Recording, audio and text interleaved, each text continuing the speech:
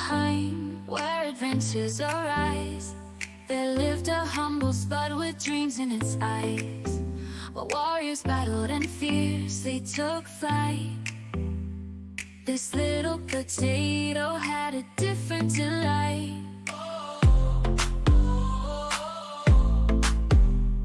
I just wanna farm in the land of Valheim, plant my seeds and watch them grow. It's my kind of vibe. While others swing their swords and fight the dark of the night, I'll be tending to my crops under the moonlight.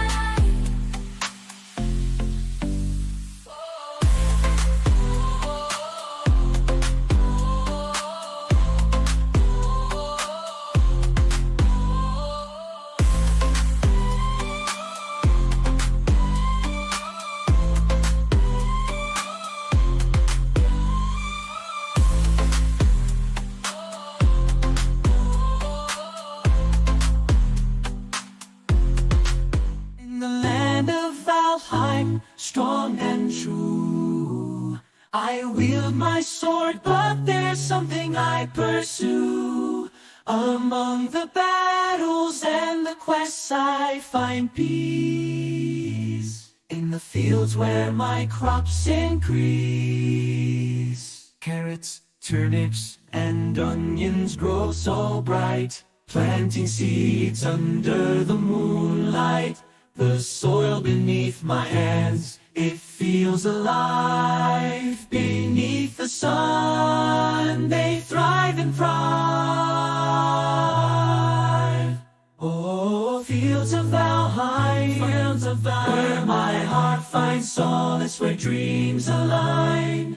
Oh, farming with love and care, peaceful retreat from all despair.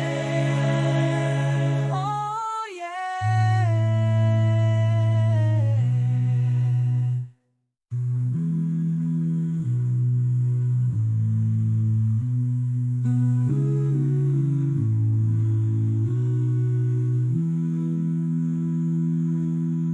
Potato power running through my veins. Vegetable love is what fuels my brain. Adventures with Emma, we're taking flight. In Valheim we'll conquer with all our might. Pop anime vibes, colors in the air. We're on a mission, a diamond pair. From crafting axes to building our home. Together we'll conquer, never alone, never alone. Potato power, it's our super fuel. With love for veggies, we'll always rule in Valheim's world. Our hearts will ignite with pop anime vibes to reach new heights.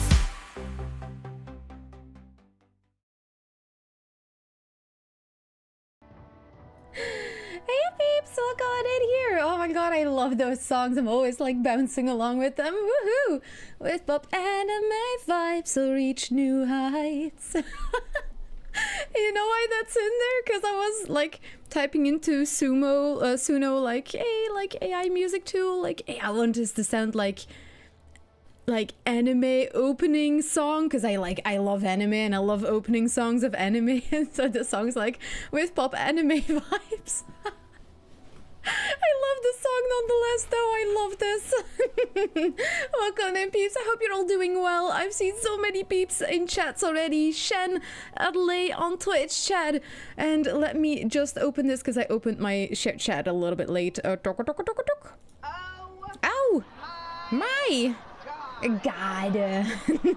Enoch on Kick, and we've got on YouTube Fracture, welcome on in, and Senshi Saga, welcome on in peeps. I hope you're doing well today. Ashes, welcome on in. Oh my goodness. Regdar, welcome on in as well. Welcome on in. We are right now in the mountains because I just hopped on. Oh yeah, right. The thingy. Did I mark it on the map? Oh, I have not marked this on the map. Thank God I didn't portal away and did a little potato thingy there. Cheese. That's pretty clear. I still need to make the file. I made like a really nice file for this and like so people can give their own cheese levels, and I feel like I'm making it too complicated and I should just list all of the ones that I have listed in there already. I am also having fun with it, which is, you know, important. It's also so important to just have fun with these things. So, I can check that one off the words. Oh my god, it's a potato day for me for sure. But okay, we've got the board, we've got the cheese, we have got Vineberry science that I want to do today, and we're gonna lock up creatures as well. And I feel like we can do that together, because, you know, waiting for Vineberries to grow takes a long time. So misty. Let's make our way downtown to the Vineberries, and then over there we're gonna take a look at imprisoning creatures and what also triggers them once they're imprisoned, because I've seen really interesting things about Vidi taming like fallen Valkyrie, and like, oh yeah, as long as it doesn't notice you, it just flies around in this cage. Oh my god, I also want a fallen Valkyrie pet now. Like, where do I sign up? Can I just, you know, scratch a little signature, come drop them off right at my base? You know, I love one. But we're gonna take a look at that today as well. Quickly gonna check where I put up the Vineberries, because I have a couple of spots. I just need to find one, and there should be portals around it. I should have maybe gone there before I started the stream. Farm? Yes, that's the one. No potato brain today. Mono, welcome on in. Sauce, welcome. How's your day going? Watching both sides while I can. Aw, that's so sweet of you. Thank you. Good morning. Finally making a start. Welcome on in, Mike. Good to see you. So, I also want to do a little bit of Vineberry science, since I'm wondering about that kind of stuff. We did do some science here in the past, and you know what, I'm gonna set environment to clear as well. Just so we can just see very nicely all of this stuff. Positioning is a little bit unfortunate. But look at those Vineberries. I heard someone say that if you have them like really close to the water, they give you better results, and I was like, interesting. Stop it.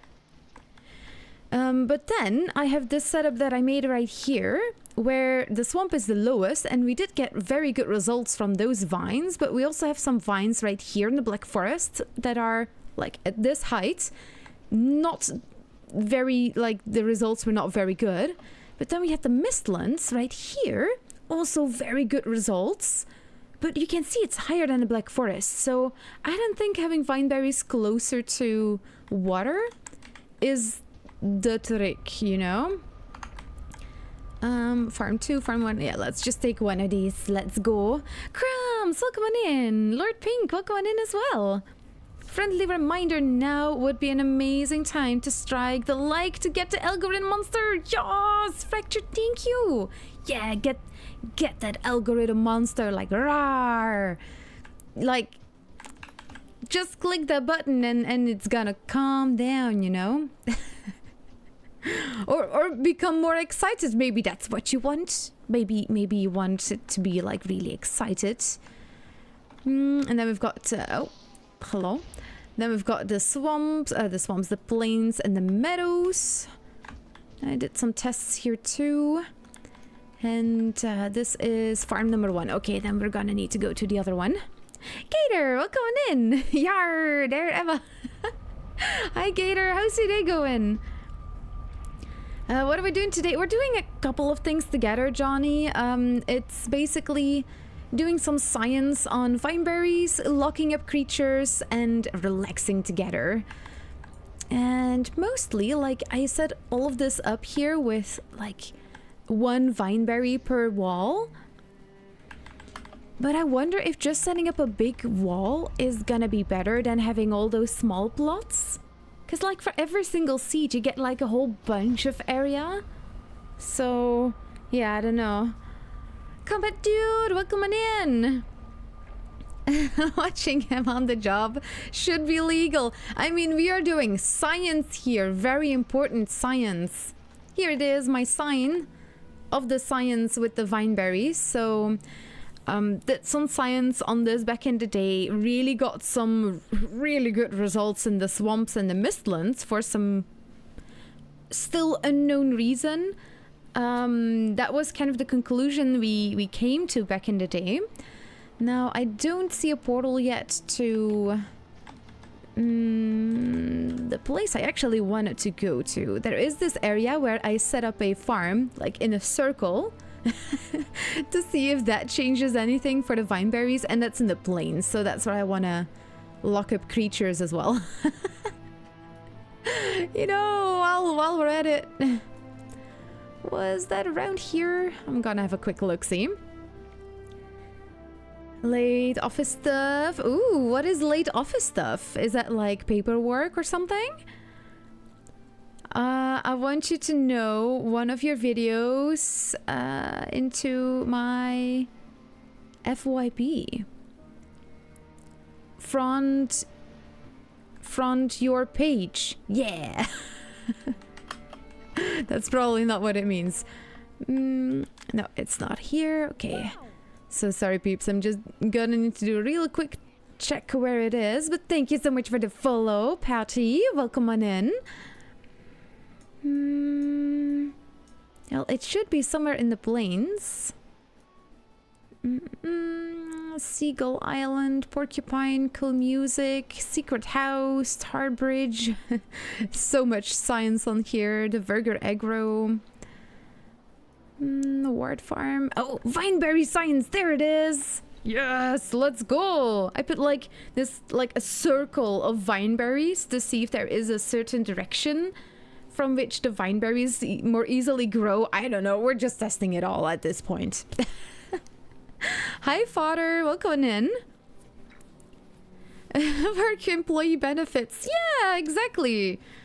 I just started this game is what I'm doing. We just defeated the second boss. Oh my goodness, Spotty, then this is gonna be like, this is late game stuff. And yeah, we're just doing some science to see what we can find here. Now, got some really interesting results with this one. I don't seem to have written down any of the science, but you can see that like, I remember this one was like really good. Got like berries every single time I skipped because I didn't place those stacks together for a reason. That's like every single time I like skipped sometimes. Let's see, also to see if we get like different demands, but you can see like, and this one got like 2 boxes. Got like a lot of berries. And that's, well, this is straight westward. So this is kind of just like not west, but like one tick to the north after. This is northwest. But it's between west and northwest that I got like a lot of berries. So yeah, we're gonna indulge on that a little bit more. We're also gonna look into like the locking up of creatures and like what stops them from attacking structures when they're locked up, because there does seem to be kind of a limit there as well. If they don't see you, if they don't get aggroed by you, they won't attack the structure. And this is gonna be interesting also for fueling and like creatures like that, because they can attack half walls. That's kind of the thing. With Draugrs, you can just put some half walls around them and they're stuck. I'll show you how easy it is. If you find a Draugr, I've done this many times. Just gonna make a box and we're gonna get a Draugr. Hi, Draugr! Oh, it's, well, not you, because, well, I'm sorry, you are not, you're not welcome in the science episode. Sorry, I'm sorry, sir. That's how it goes. Okay, Draugr. If it tries to attack me, come on, go for it. Yeah, you can see it. Cannot attack half walls. So, for you, Patty, when you go into the swamps, this is going to be an interesting one for you to know. can't attack half walls. You just need to be careful with the archers, because they can still attack you. But you can get them stuck. That's also interesting. Let's see what I'm missing in chat, because I'm talking a lot. The For You page! Oh, nice! Thank you, Comet Dude. Oh, did you let me know on Instagram as well? Like, sometimes with all the messages, I'm getting a lot of messages on all of the platforms lately. Thank you for letting me know. I appreciate it. Thank you, Fracture. Nice. Love your videos. Fantastic vibes. Valheim. Yeah, Valheim. I love it. Welcome on in. Miss Couch Potato, welcome on in. That's like west northwest. Is that how you call it? West northwest? Ooh, interesting. Ooh, that is good to know. Interesting to what stops creatures from attacking me when I'm in the echelons. Yeah. That's exactly what I want to go to, Fiber. And I wanted to start with the plains, but I want to work my way up to Fallen Valkyrie and Charred creatures. We might already do that today, depending on how smooth it goes. Have you tried iron bars? Exactly, Enoch. That is what we're gonna do today as well. We're gonna see if, like, iron bars just stop all of them from seeing you, if that counts as like a solid wall, because it seems like it does stop them. I don't use them all that often because, well, they cost 2 iron per piece. So I'm usually low on iron because I'm building other things. But yeah, so there you go. Let's see which ones have berries right now. None of them? Really?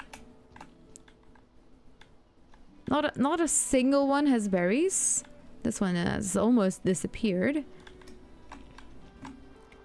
Interesting. And let's see at these ones. Because this design seemed to work really well for the Vineberries. And then if you want to go a little bit higher, just using walls is like such a solid way to do it. Yeah, we're gonna check some more of that. This is... yeah, I made this mistake. Even though I scienced it, I made this mistake in the Spartan run as well. But look, sometimes it does snap correctly. I don't... like, I must have done something wrong. Late office stuff today is me running my poorly written queries in Proecuton database without risking users suffering from system being unresponsive or crash. If I do something wrong... Oh, yeah, I get that. Yep. In production. Oh, production. Oh, yeah. Proecution. I don't even know what I said there. Production. Yes. In the Black Forest. Huh. Oh. Hello, Cecilia. Oh. We get some cats here early on. Yeah, the archers seem to be doing really well. Okay. You know what? I'm gonna set something up really quickly with the vines. And after, we're gonna lock up creatures. Yay, locking up creatures! You know what? I'm just gonna do this. And that's gonna be the plan. I'm gonna set up one like this and just another solid wall. And I wanna see if there is any difference there. I'm gonna place them in the same direction.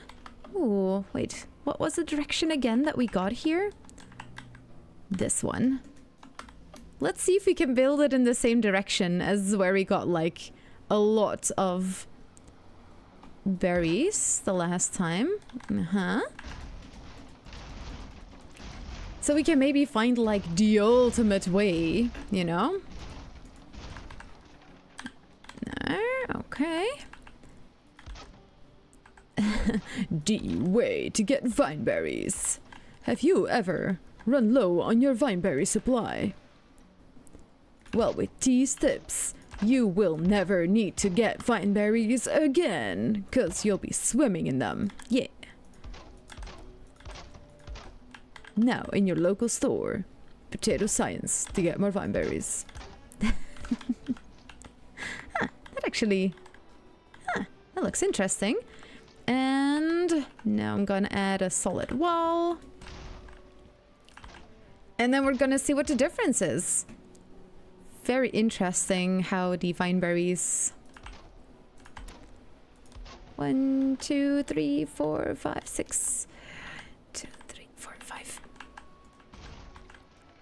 work like that. I still don't completely understand it, and all of the videos that I've watched on Vineberries don't really... They just say like, this is how you can place the Vineberries. Place with wall. Don't place too close to wall. But nothing like, hey, this is how you can get better yield, you know? I want to know the deeds. Hi Johnny, I see you there. Welcome on in. Kaiser Kira, welcome on in as well. Don't think I'll tackle swamps for a while. I need to gear up. Gotta try my build. Oh, Patty, no worries. You take this game at your own pace. I absolutely agree. Good for you. Yeah, you take this game at your pace. I fully approve. Absolutely. I'm gonna grab all of my stuff. Like you honestly, you don't even need to like say anything else. You convinced me. That's like...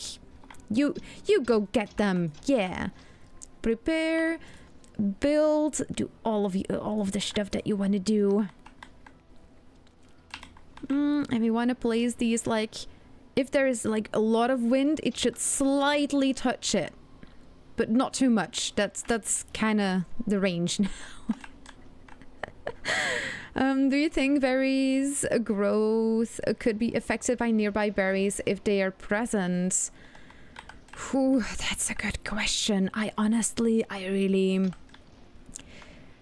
really don't know. Sometimes I feel like I understand how it works, and then I like feel like maybe not. So like even now we are doing all of this science in the plains, not in different biomes, while I have other tests running in the different biomes. So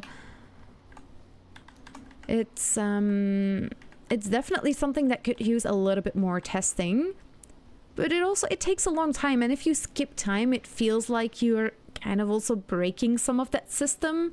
Like skipping time is something you can do with def commands. Skip time, and then I can say skip time like 100 hours. I set the time of the day, like, so it's not gonna look different now, but now I've skipped 1 hour in the game, technically.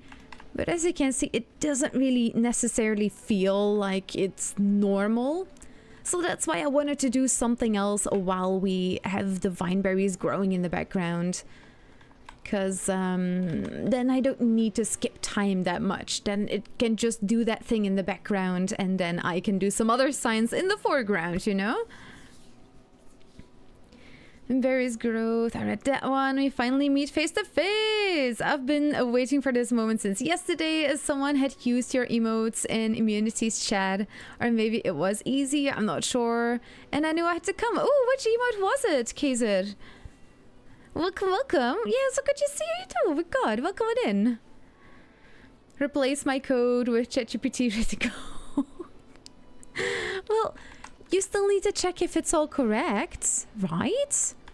I mean, that's the beauty of using ChatGPT. Oh my god. Seriously? The moment I, like, fly away, you're spawning in loxes on top of my plants?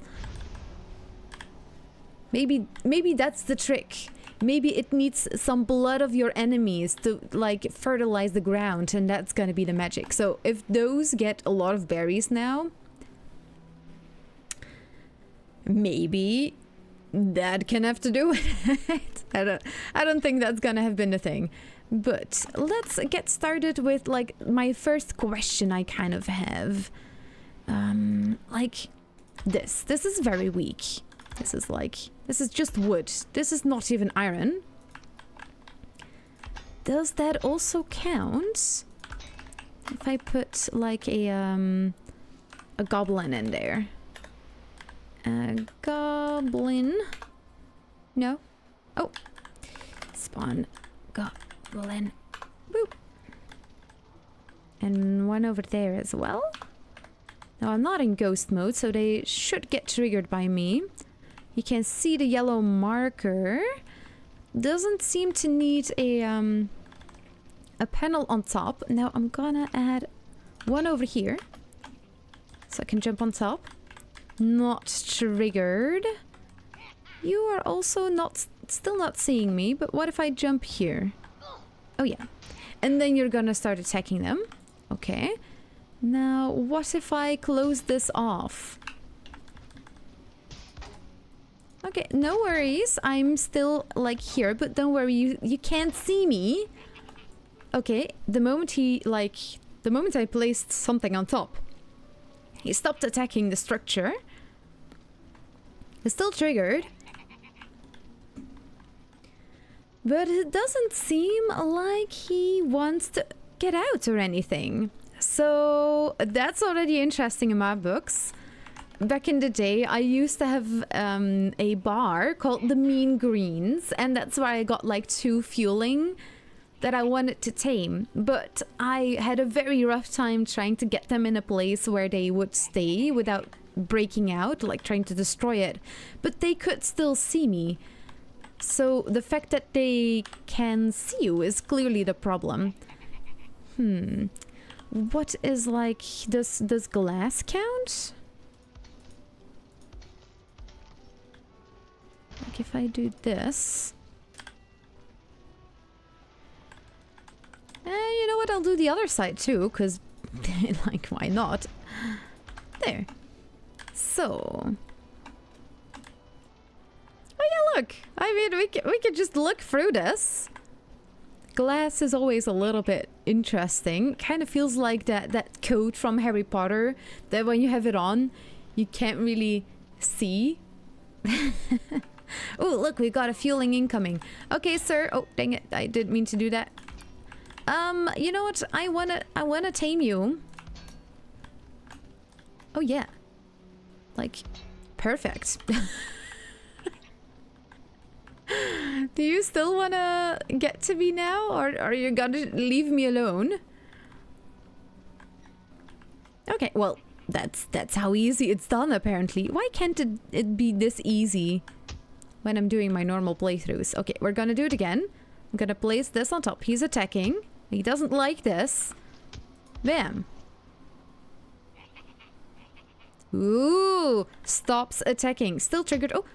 Ah, still attacking. Do it again. I'm right in front of you. Do it again. Do it again. Come on. Yeah, no, placing something on top really does seem to, like, stop them in some way. To be, like, aggroed on you. Huh, I wonder if we can do the same with child creatures. I know I said I might want to do this next time, but maybe I already want to do it today. Okay, I might already want to do that today. Let's see, because I am missing things in chat again. I saw your unicorn mask and I came to challenge you. You also got a unicorn mask? Yay! Yeah, look at that. It's here in the background. Here it is! It's my unicorn! I got it from a shop in Portugal. Alehop it's called. And yeah, it's like the mask in my profile picture. I have not changed my profile picture in like since I started on Twitch and on YouTube. For some reason on Kick, I added another profile picture for some weird reason. I might need to swap that out. How can you fly? Oh, Potty, that is dev commands. So just like when you're a developer for a game, you want to test things as a developer. So you have dev commands for the developers. And basically when you know how to do all of that stuff, I'm not going to bore you with it. There's a video about it on my YouTube channel if you're interested. But when you press a button, you basically get this command line that you can open. And then I can type in stuff, so I can spawn in creatures, I can make them passive, I can do all of that kind of stuff. Just so I can make it easier to test certain sciences, because if I do all of the science that I do on a normal playthrough, I often kind of break the world in some way. So this is a world that is specifically made for all of the science tests that I have and that I do. So I don't need to do this on a normal playthrough, so I can have my normal playthroughs like anyone else as well. Don't the vines need to be on the other side? Oh, they do.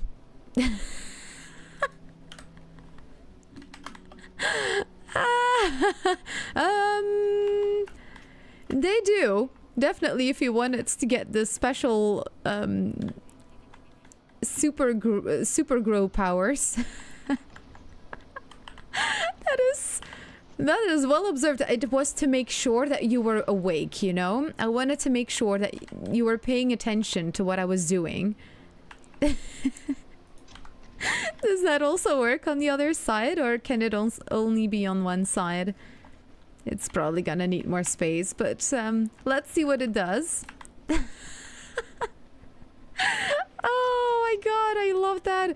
Good catch. Wow, I told you I was extra potato today. Now let's see if they are gonna be... Yeah, it needs more room to grow. Let's get rid of this side. There we go. That should fix it. And you also... Good catch. Wow. Oh, amazing. Okay, healthy and healthy. Science. Yeah.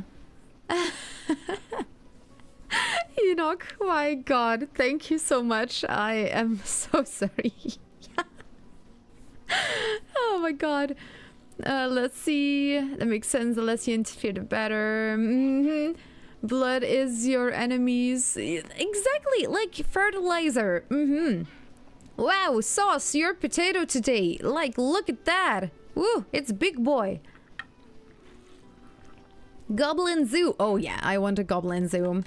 Now, the mistake I made back in the day was that I added, like, something like this, and then, like, you know, just like a bar. I made a bar. And that's the mistake, because if I add a fueling to this now, yep, he is just always gonna be triggered, and he's gonna want to break out. So if I want to do something like this, I might need to swap this open area. Like, what if I like take that design from my base back in the day, and I want to make it not break. Let's see. And I'm gonna add some of these. Like, he's still triggered. He's not attacking anything, but as long as he's triggered, the chances still exist. Oh my god, Shen's potato. Oh, ooh, my goodness. That is a hefty potato. The potatoes are like, my goodness. It's a good day for a potato size, isn't it? Wowie wow. Hi, Viddy. Yeah, what could possibly have triggered this? I have no idea. I mentioned to you earlier as well with your Fallen Valkyrie. I was like, oh my god, can I order one from you, Viddy? Is that an option? And you know what, Viddy, I was like really interested in the fact that you mentioned also like certain structures not getting like creatures to see through, like the cages. So I'm like testing glass, and it seems to be fine too. Look, not triggered, not interested at all. Even this one. So glass is actually a pretty cool option too. It's only unfortunate that you can't really see that well through the glass. But how cool is that? So if you're someone like me that likes the wild tame creatures, can't really tame goblin, it's not a thing. But if you know, want to lock them up, if you want to imprison them, glass actually does seem to work as well to not get them to trigger. Because look, he is just living his life. He's having a good time. Not getting triggered by me and attacking my structures. Just gotta be a little bit careful with your tames, like if you have wolves or boar or hens or stuff like that nearby, it can rile creatures up if they're like of the different tame classes, if you know what I mean. You know? Oh my god, I'm having so much fun with this already! Yay! Let's speed up a little bit because I am talking a lot again. Grows on both sides. Yeah, if it's stone. Yeah, indeed. I'm a Valheim god. Today, yes. Crumbs. We have that store here in Spain as well. Our daughter loves it. Oh yes, in Spain. Oh, you have Alehop in Spain as well. Oh my god, you're so lucky, Crumbs. Oh my god, I love Alehop. And like Splash, also in Portugal. Like, I'm so jealous. But also, I'm happy because leave me alone in that store for like 15 minutes and I have so much garbage in my basket. Like, I love their stuff, don't get me wrong, but it's not stuff you necessarily need. I think I even still have something here somewhere on my desk. Oh, yes. Oh yeah, look at that. I bought this like 2 years ago and I put it away somewhere. It's for like your glasses or something. And I love this. I like it. I think it's really cute and I still haven't used it, even though I should. But I don't really like use my glasses all that much. So it's all those kind of silly things, isn't it? Let's see, but I need to read up a little bit faster. The question is this barn big enough for 2 unicorns? Of course it is. Now we can cuddle. Like, the more unicorns, the better. Of course. What a silly question is that now? Oh my god. Of course there is enough space for 2 unicorns. Ash vines grow on both sides. Or that one. I am reading chat very chaotically again. Test if harpoon, see which creatures swim when towed with the boat and which ones sink. Oh, that is interesting. That is the stamina cost of draining the creatures. Showing a swimming creature.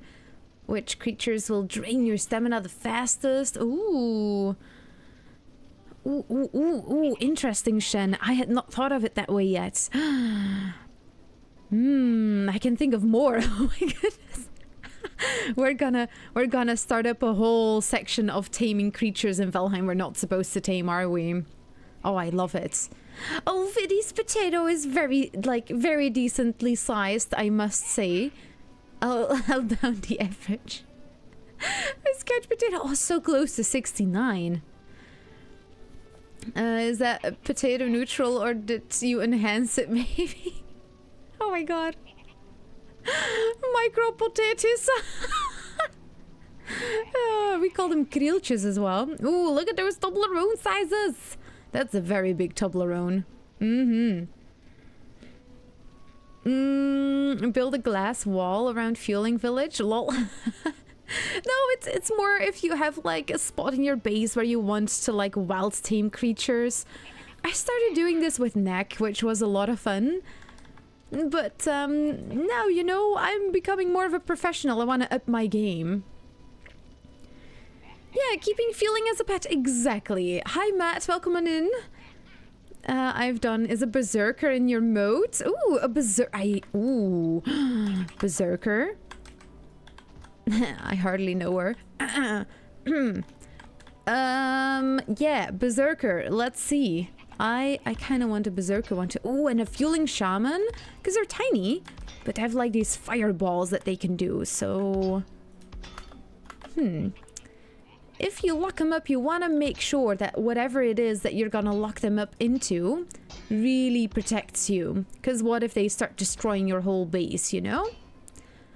That's very often why I usually want to like get a creature locked up in a safe space and then I start building around it. Now for this one, I'm just gonna get him in the trap already. Just to see if he's gonna start attacking this stuff. Goblin brute. Boop. Hi, sir. Look, there's extra walls. Hopefully so you won't see me. Do you see me? Do you see me? He's like, I don't know. What about here? Well, he's trying to. And what if I close this off at the top? Are you still gonna follow me around then? Oh! Oh, he saw me. Well, the good news is that he attacked the wall. And that it did very little damage, actually. That was surprisingly little damage for how much pain that damage has caused me before in normal playthroughs. Oh. Yeah. Seems to be very much triggered now. Is it because of the ceiling? Okay. Yeah, like... Attack me. Oh, he glitched. Oh, can you attack me through the wall? Okay, so well, that's good. It's not like he can attack me through the wall. Interesting. And if I remove these again, are you gonna be happy again? Huh.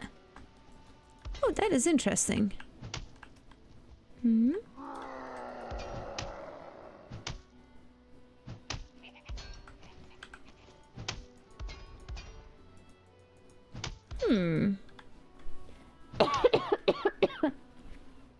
Oop, I got a tickle in my throat.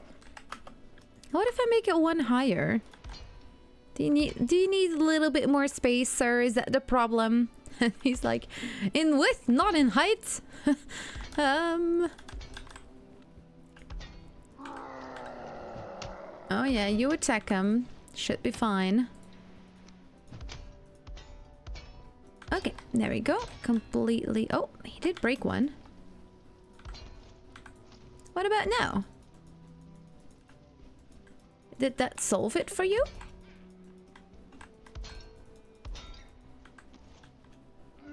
No. Okay, so he does seem to need a little bit more protection. Actually, I'm using the diverger walls instead of the normal walls, so let's swap these out. And let's see if that maybe does the trick. Could it be the diverger walls? Which, I mean, that would be unfortunate, because I really like how they look. They're very beautiful. Oh, thank you. He's helping me out here.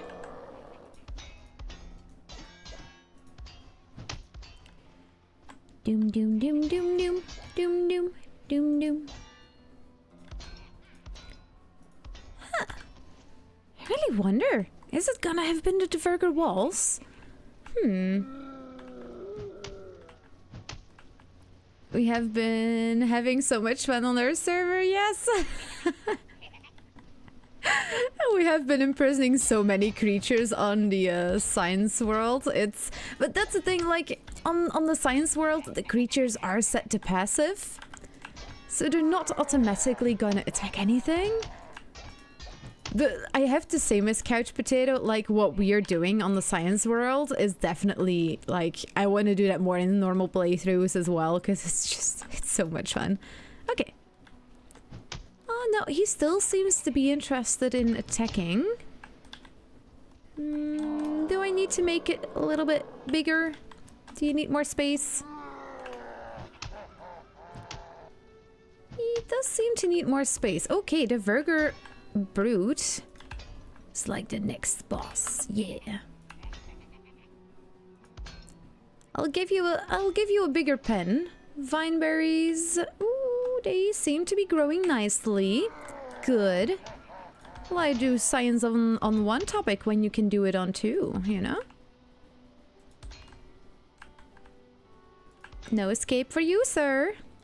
Did you forget? This is a science world. No escape for you.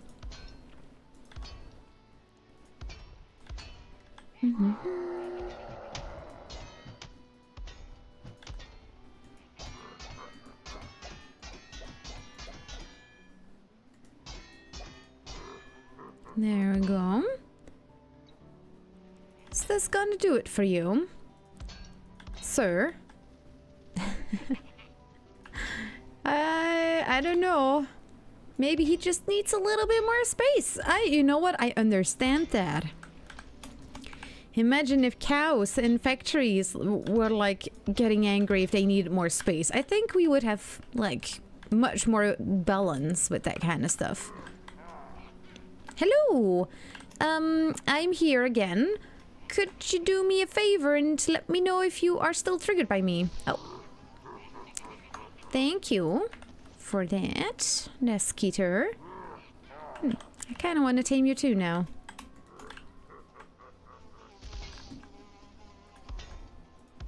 I have some tamed Skeetos.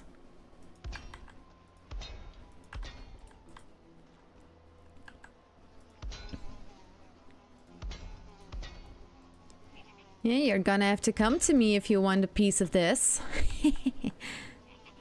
Yes, fueling left just how I like it.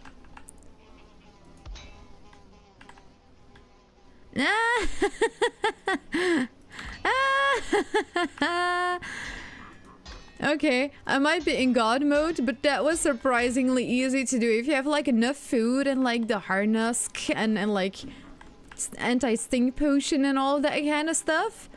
I mean, how easy is it to like tame a mosquito? Oh my god, this is so much fun.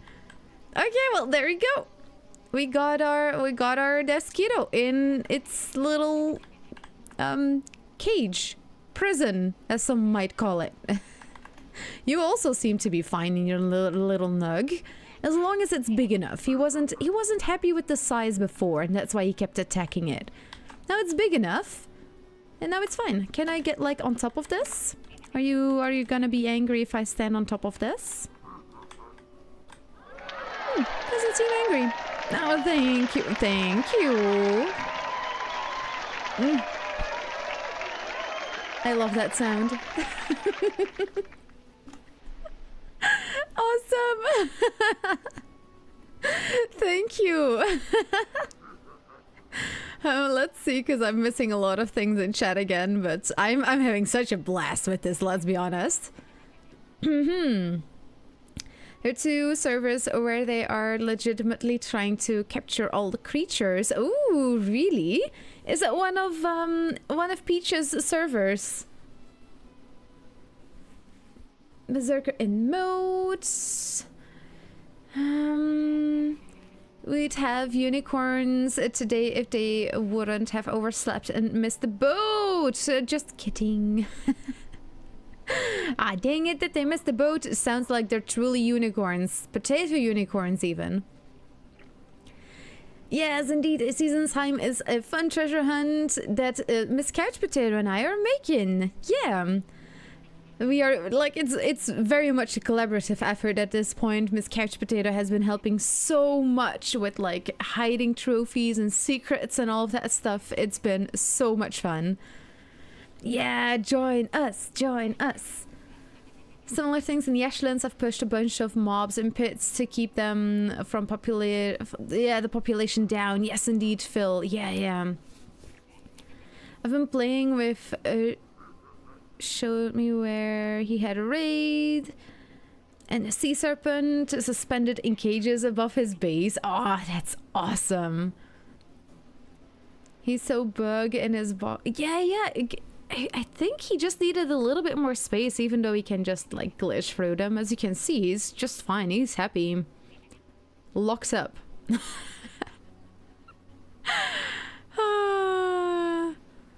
On the corners. Yeah, the box did seem to be a little bit short and small. Oh, I said science? Ah, yes, indeed. Science, Season's Time. Yeah, that's a good question, Julie. I'm not sure either if he was gonna try and attack me. It does feel like it's more on me than the enclosure itself, but sometimes when they're stuck trying to get to you, they will start to attack structures around them as well. And no one is safe. Welcome on in, Amir.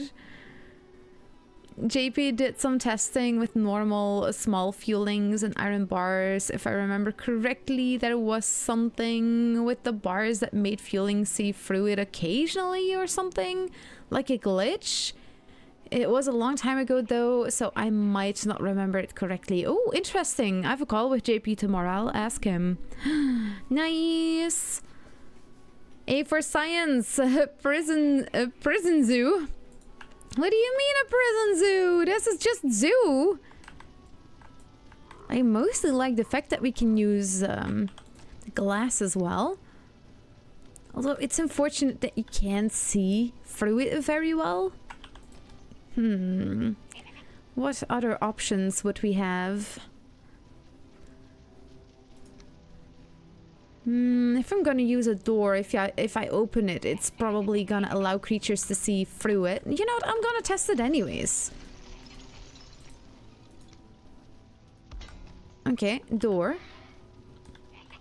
Hello, sir. Can you see me? Can you like...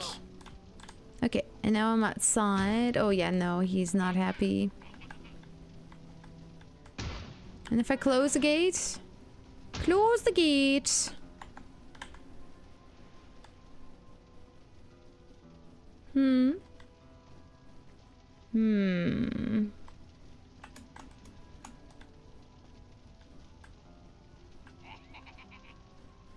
Like maybe if like the gate was opened, even though, you know, because it's a gate, maybe it has like 2 phases, I don't know.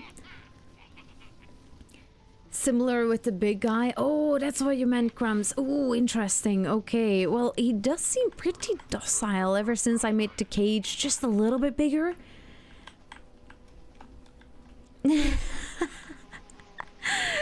Mosquito, I love it. Oh my god, he's just stuck in there. Haha, not bothering me anymore now.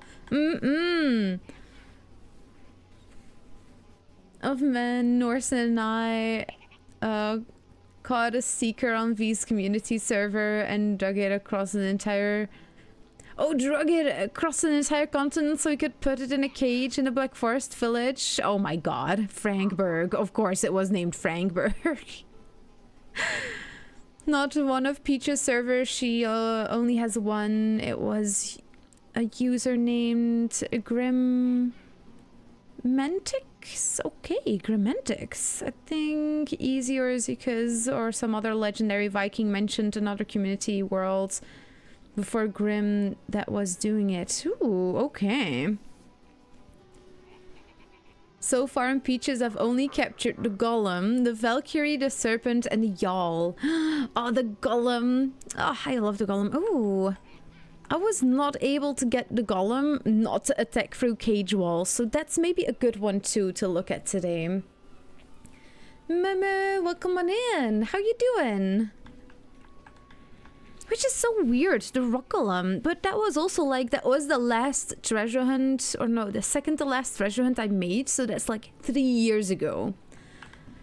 Maybe some things have changed since then. Let's get a rock golem. Yeah, I'm just gonna spawn him in the cage for now and just see if he gets triggered. Gonna start with the basics. Getting them into one of those pens is not always like super difficult. It can definitely be, definitely for the like late game stuff.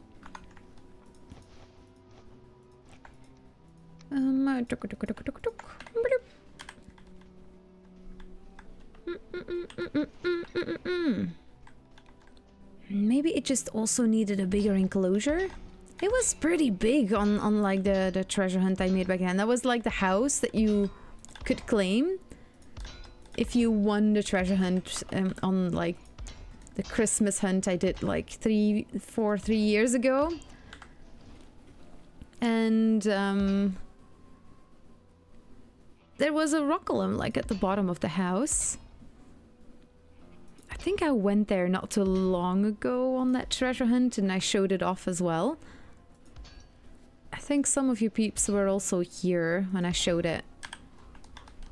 But I had a hard time getting that rock golem to not attack anything. And it's got such a wide range of attack. So let's see.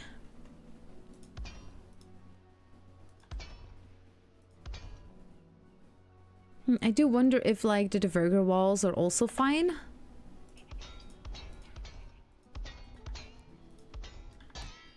But we can swap them out.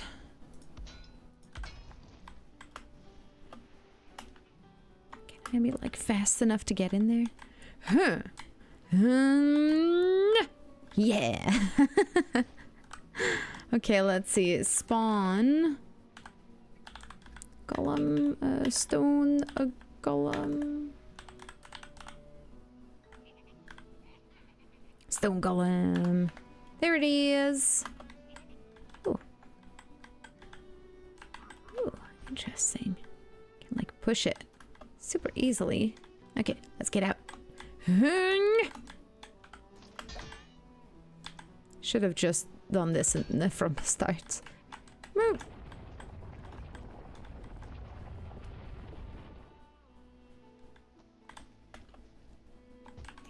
Will you attack me? Like, this cage is so much smaller than the one I made back in the day.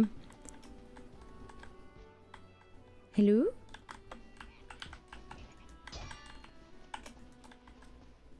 I'm right in front of you. Sir. Sir! I would like to talk about your extended warranty. Nope. He is not interested. Ooh, interesting.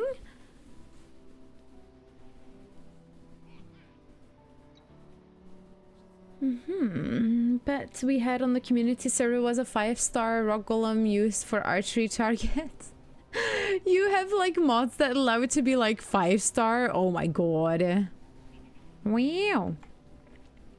Yeah, that is indeed like very impressive. Like in a normal playthrough run, catching a golem, Valkyrie, serpent and Yawl is like, I can't even wrap my brain around that. Definitely like the fallen Valkyrie and its very destructive attacks. Could capture all the mosquitoes in an area and then planes would be safe. Oh yeah, Vidi, there's definitely something to say for that. Not when an event happens. They're still gonna spawn new creatures, but for mosquitoes, if you have like a base and you put like a mosquito on every corner, yeah, I see that work. It doesn't have a proper zoo cage. Yeah, no, it counts. I'm gonna make it count. Interesting though. He does not seem to be interested in me. Like in the past, I have had my fair share with difficulties with the rock golem in situations like this. I'm gonna see if I can accidentally, I mean on purpose, trigger it. Yeah.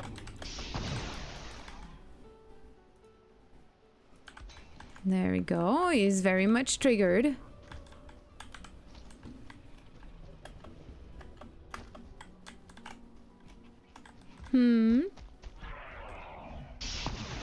Oh, that one did hit me through the cage. Wow.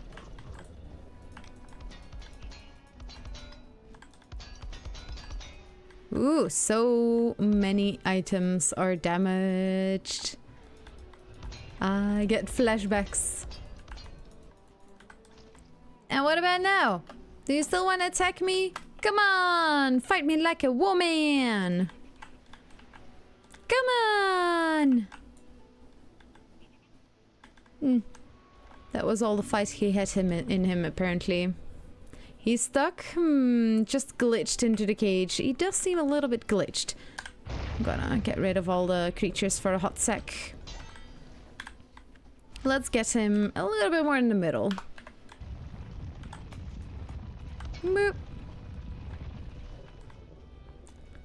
Hello, sir. You at least are walking around a little bit. That's nice. Hello. Hello.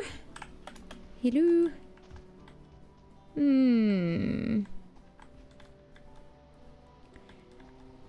Emma's petting zoo opening soon. All of the sciencey stuff that you do. I made a target dummy and put a box around the top of him and a door that can expose him. paced off every 5 meters. Keep the target practicing up. Nice. Awesome. Will trapped creatures despawn if you leave them at your base?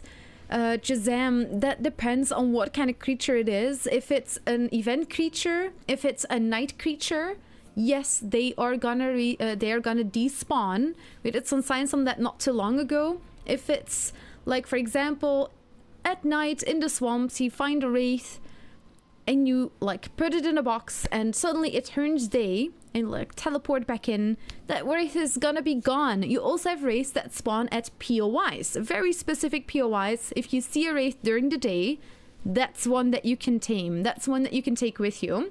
And just like the serpent that I tamed last week, it was actually, I was on the way to the echelons, sailing my way to the echelons, when all of a sudden I bumped into a daytime serpent. They can be relatively rare, so I immediately was like, oh, you know what? Okay, we're gonna skip the echelons. I'm gonna tame this serpent, and I'm gonna turn back to land, and I'm gonna give it a nice pen, so I can already keep it and see. Indeed, check just in case. Does it despawn? Portal away, come back again, and if a creature doesn't despawn, then it's usually gonna be fine. You have that exclamation point above their head that you can see. As long as that's triggered for an event creature or for night spawn, they're not gonna despawn, but the moment it's no longer there, they will despawn if you portal away and come back again. And I've had that happen a couple of times already as well. It's usually why I wait to do something with a creature, to really like give it a place in my build.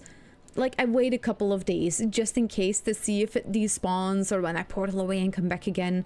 And if that doesn't happen, then I'm pretty sure like it's gonna stay, it's all fine, it's a day spawn, whatever. So there's definitely some rules that you need to keep in mind if you want to do this. And there's some creatures that you just sadly cannot tame. And there's also some creatures that you can very easily tame. Like, all of the blobs have a blob bomb now, and you can even get a creature that you can't see in like the wild, like the frost blob. You can just tame it at your home, which is pretty cool. And also, darn right, welcome on in. How is your day going? Ooh, I saw you in on the video as well for the Hype Week video that was released today. Oh my god, it looks amazing, doesn't it? You know what? No, I'm gonna switch to the wooden ones. I want to test something. Or I can use a cage of one of these creatures. No, I'm just gonna remove these. I'm gonna do this, do that. And we're gonna yell tomatoes! Thank you, Uncle! Oh my goodness! 1 more month and it will be 5 years! Thank you, Uncle, for the support over all of those years. Oh my god. It's very impressive. Oh, so cool, Uncle. Thank you so much for being here. On your fist, wake it up. Yeah. Will trapped creatures despawn if you leave your base, only if they're event or night spawns. Valkyrie trap has 2 sides, being earth walls. The bottom is earth, the back wall is a massive Grausten floor. The top is built of Grausten. The front is iron gates. I left 2 pieces of iron gate at the bottom open, then I harpooned it, brought it into the trap. I had dug a small hole through the natural stone that I could escape through. The Valkyrie flew in and I released it so it couldn't escape. Then I escaped through the stone hole. Wow, video, oh my god, I love that. I get such big Ark vibes from that, from back in the day when I played Ark. Oh my god. I want to tame them all now. I want to tame them all. Let's see. Don't mind me. Oh. Oh. Oh. Oh, and you're blue. You look so beautiful. Miss Couch Potato, we need to have cages with frost blobs in the winter village now. Because look how beautifully blue it is. Oh my god. Oh, I love it. That looks so beautiful. Let me grab another one. I want another one. Oh my god. Yeah, get in there. Yeah, don't you worry about it. Oh. Oh my goodness, you look amazing. You look so beautiful and you're kind of glitching, but that's fine. He's dancing. Wee. Wee. Wee. And not triggered most of all. Or this one is triggered but doesn't really do anything. Wow. Oh my god. Oh, that's gonna look so beautiful. Okay, let's see if I can do the same here. And I'll get up on top of this. And I'll get right here. And I'm gonna get a couple more. What? Oh my goodness. Oh my goodness.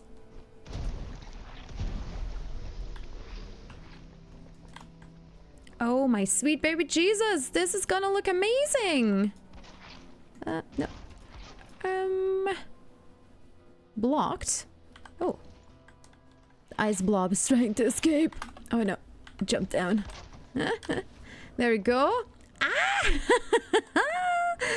Oh my goodness. Must catch all of the Pokemon.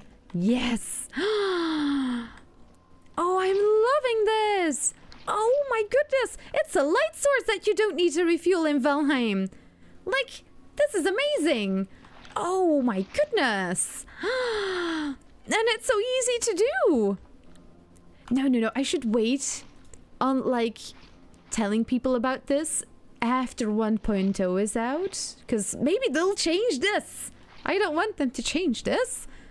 Also, by the way, Vidi, once again, your Fallen Valkyrie trap. Like, I am so impressed. That is amazing. FK, I hope you had a great rest of the broadcast. Thank you, Fractured. Thank you so much. Oh, by the way, Uncle, would you like me to eat a bean-buttered bean? I love it here. Yay, I love you being here too. Would you like me to eat a bean? I still need to work on your... But I'm so scared to ruin what I made. I'm so scared to ruin it. Mysterian Soul. Mysterian Soul? Am I saying that correctly? Welcome on in. Thank you for the follow.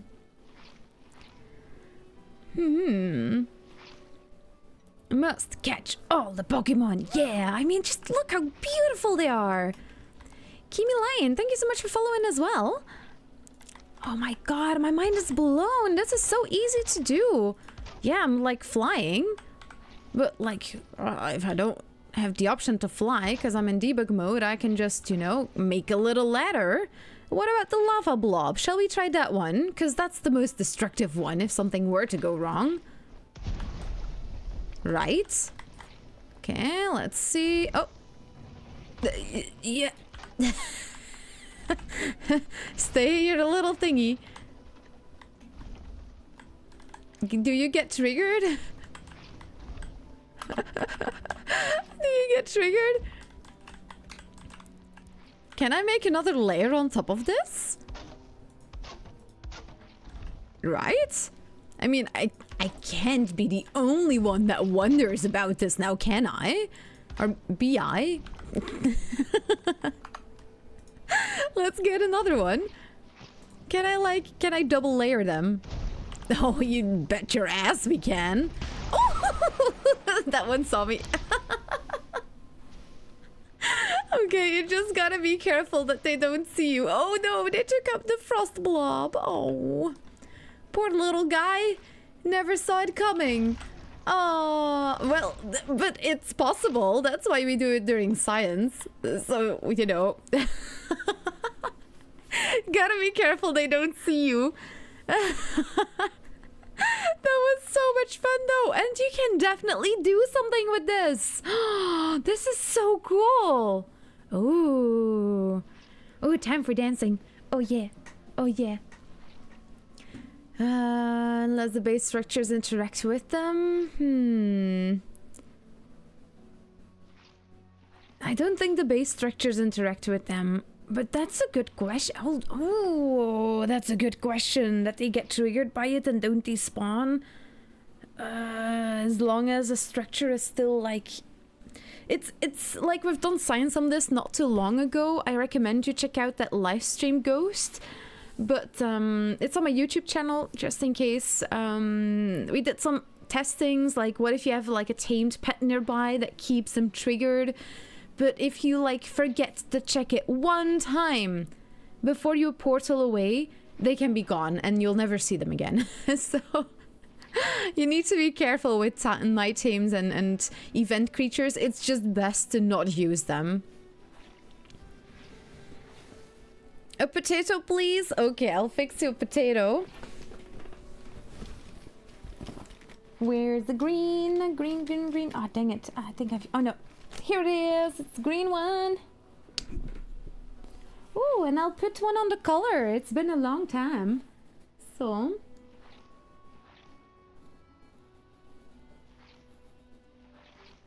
there we go.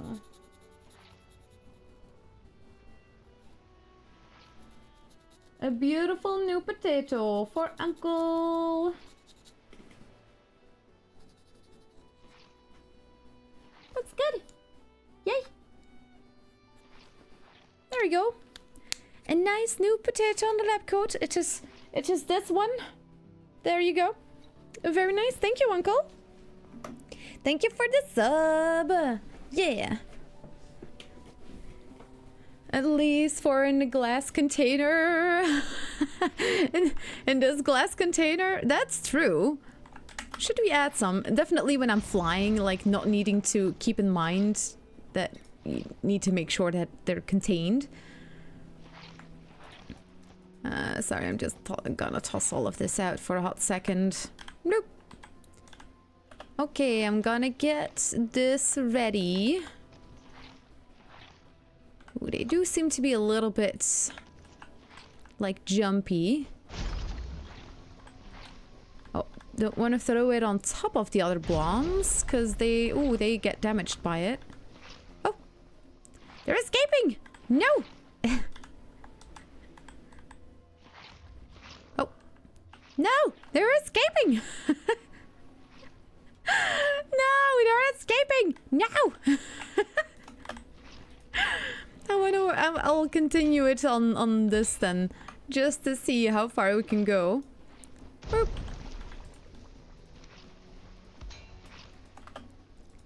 Oh, the escaping blobs. They look so pretty. It feels like... I don't know, with the Deep North they might just make it more difficult to make those crystal blobs, so let's make them while we can. I don't know why I think that, by the way, it's just a feeling.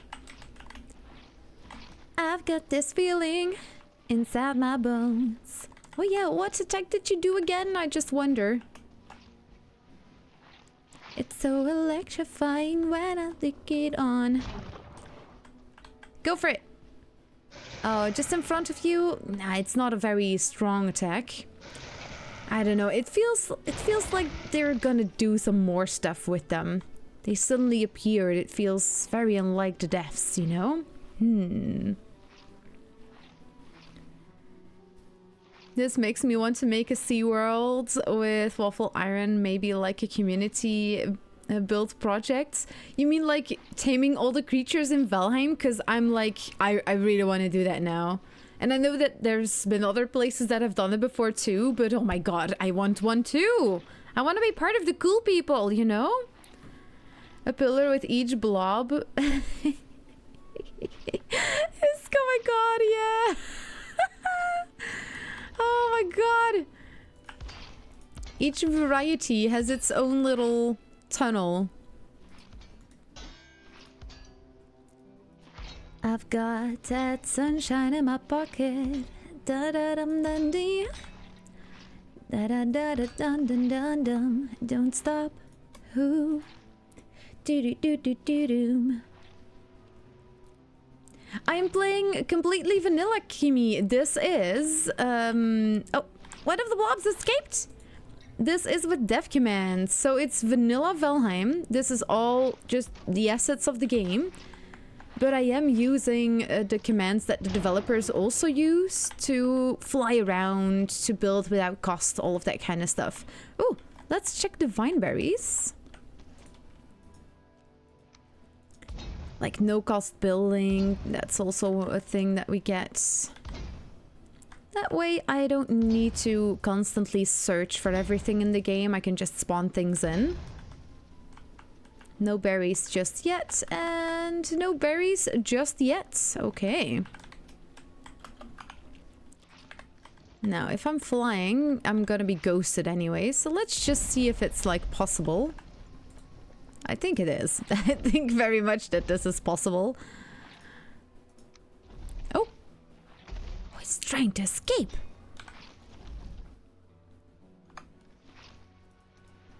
Do-do-do-do-do-do-do-dum. Don't stop under the night when everything's whole. No, no, no, no, no, no, no, no, no, no. Okay, I gotta be quick for this one.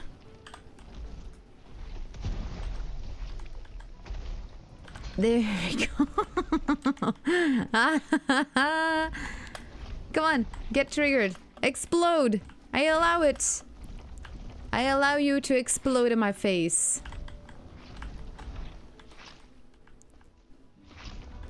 Really don't want these to accidentally go off. Wow. Don't seem to be interested though. Ooh. Oh my god, this is amazing.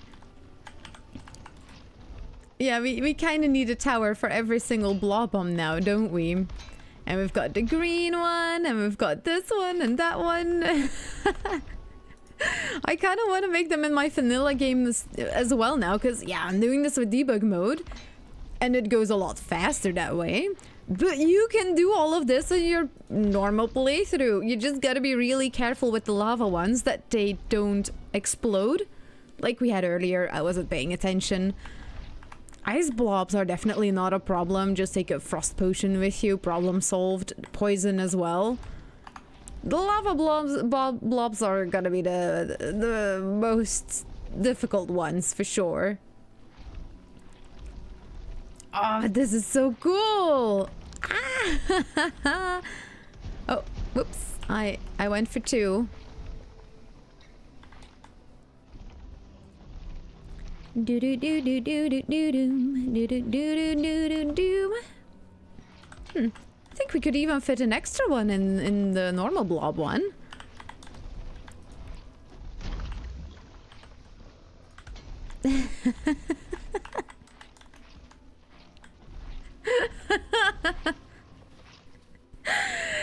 I think you can't have a Valheim experience without dying. That is very true. That I'm the first one to say that as well.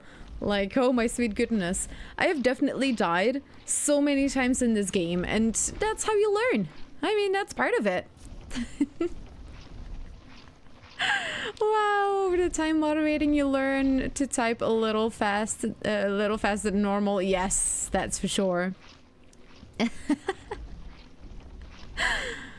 Wait a minute, frost blobs? What? Yes, Anta, oh my god! They added this new, like, veil. You can get these veils with the bog witch. Was it the bog witch? Yeah, I think it was the bog witch. One of the merchants, for sure, sells you glass jars or veils, I think they call them. And if you get them in your inventory, you're gonna unlock all of these new blob bomb recipes that are gonna allow you to make like a frost blob bomb and a lava blob bomb and a poison bomb and an elite poison bomb and a tar bomb. All of the blobs you can get in this game through this tiny little flask you can have, and then you can like toss it at creatures and they can fight the battle for you instead of me needing to deal with that. How cool is that? Or you can make funny decorations with them. Not even triggered. Look, they're not triggered. They are happy in there. They like it. They accept it, that's their life now. Oh my god, I love this. I will never stop doing science. This is what I do it for, to be honest. This is so cool. But yeah, you need to make sure that you go past the merchants and check everything that they sell. Just good practice is just to buy everything that they sell and see what recipes that it unlocks, because there's so many things that they sell to you that you can use for things in your base or for this or all of that kind of stuff. It's not just the eggs at Haldor, there's so much more that you can get from this. Emma still manages to die in death commands. That is true. That, you know, I came so close yesterday, Uncle. Like, so close. I apparently had like a really shocked expression on my face when Mr. Emma came in when it almost happened. And he was like, that's the face. And I was like, oh yeah, I almost died. I was not in death commands yet. I just hopped back onto the Season Time server. So close that I died again. When I first learned how to craft a frost blob, I was afraid to use it and took it into battle with your gluth. Oh my god! How did that go, Bloom? Oh my god! Wow. Nice, thank you for replying, Uncle. I am just getting to Kimi's message as well. Let's see. Dancing in chat. Nice, you got this. I think you can't have a Valheim experience without dying. I, of course, read that one already because my brain is just all over the place. Buckle up for potato mode. Oh, yes. That, you know what? That's very true. Another potato moment. I forgot to charge my Bluetooth earpieces. So there they go. They're all done. They're all out of hoots. Dying while getting your stuff you lost the first time you died. Oh, yes. Oh, yeah.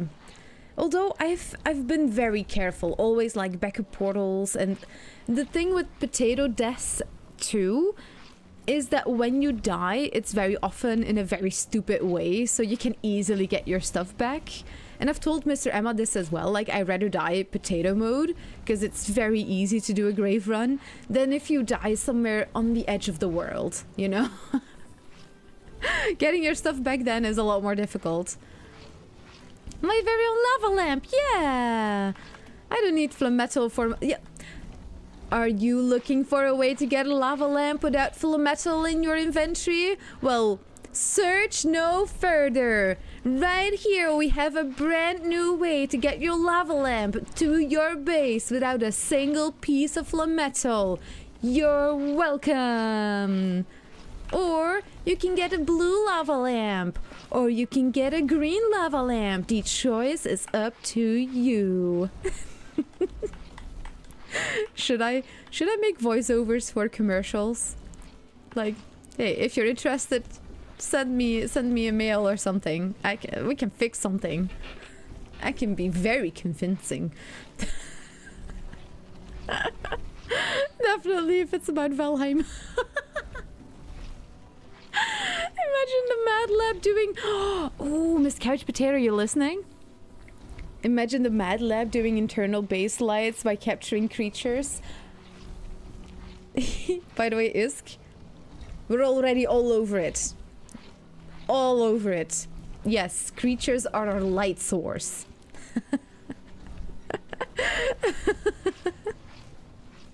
The growth blob? Yeah, we'll do the growth as well. And they accepted.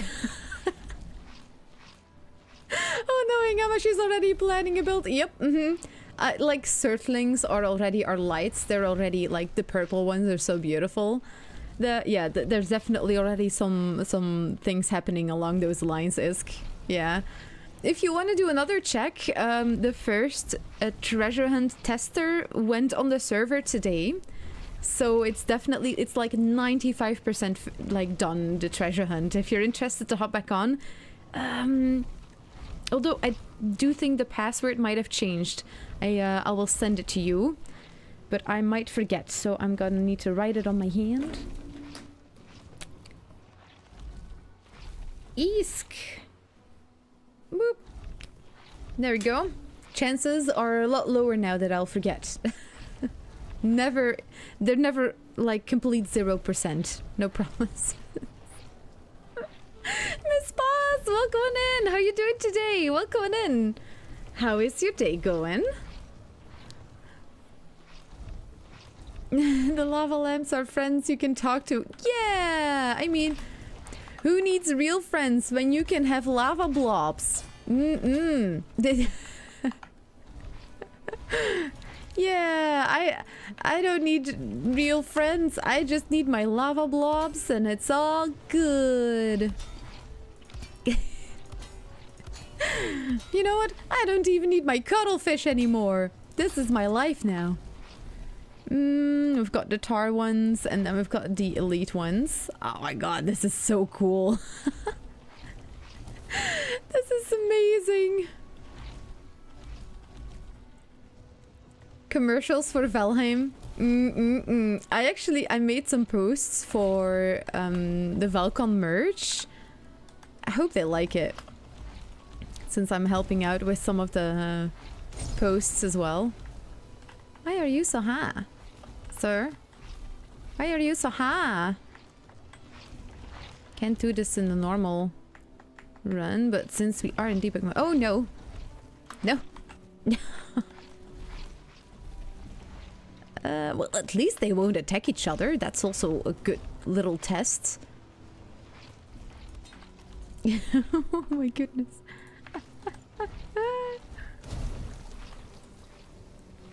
I probably didn't aim it very well earlier.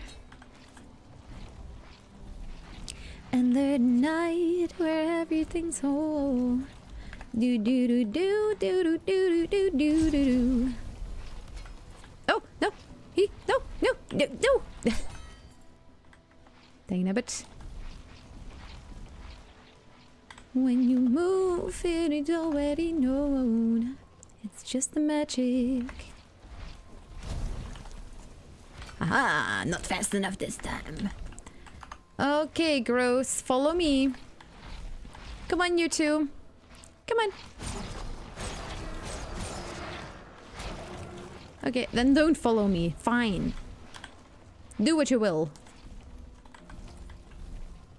Yeah, they're a little bit vibratey. Are you in between those walls? Yeah, you are. Why? How are you in between there? And I can't fix it because then it's gonna escape. This is fine. Okay, now we've got the tar blob.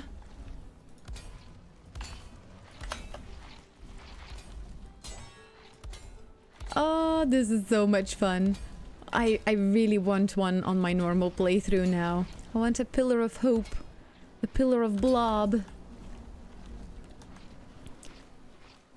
Trigger their attacks when they are close. Yeah, see, that's the thing. If they don't see you, they're just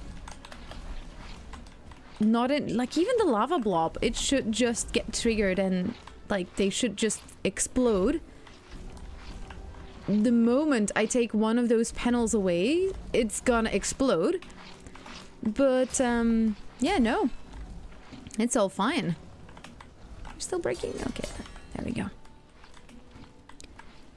Rock column is also still in there, and that's the beauty of it. If they are like completely encapsulated, it really seems like they're fine in their little safe space.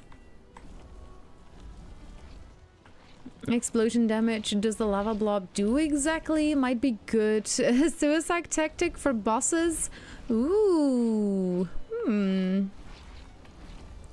Well, only father then, because you do need the propellant, I think it is, to make it.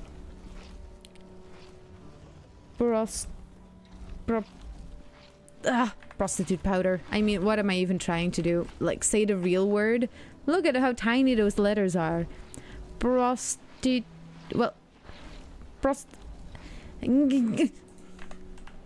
powder. The powder that has a name. Yeah, okay.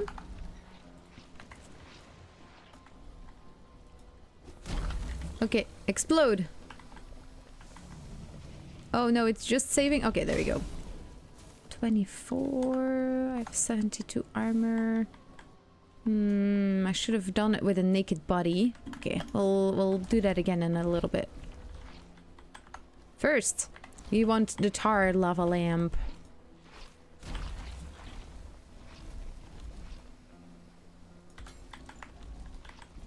That looks correct.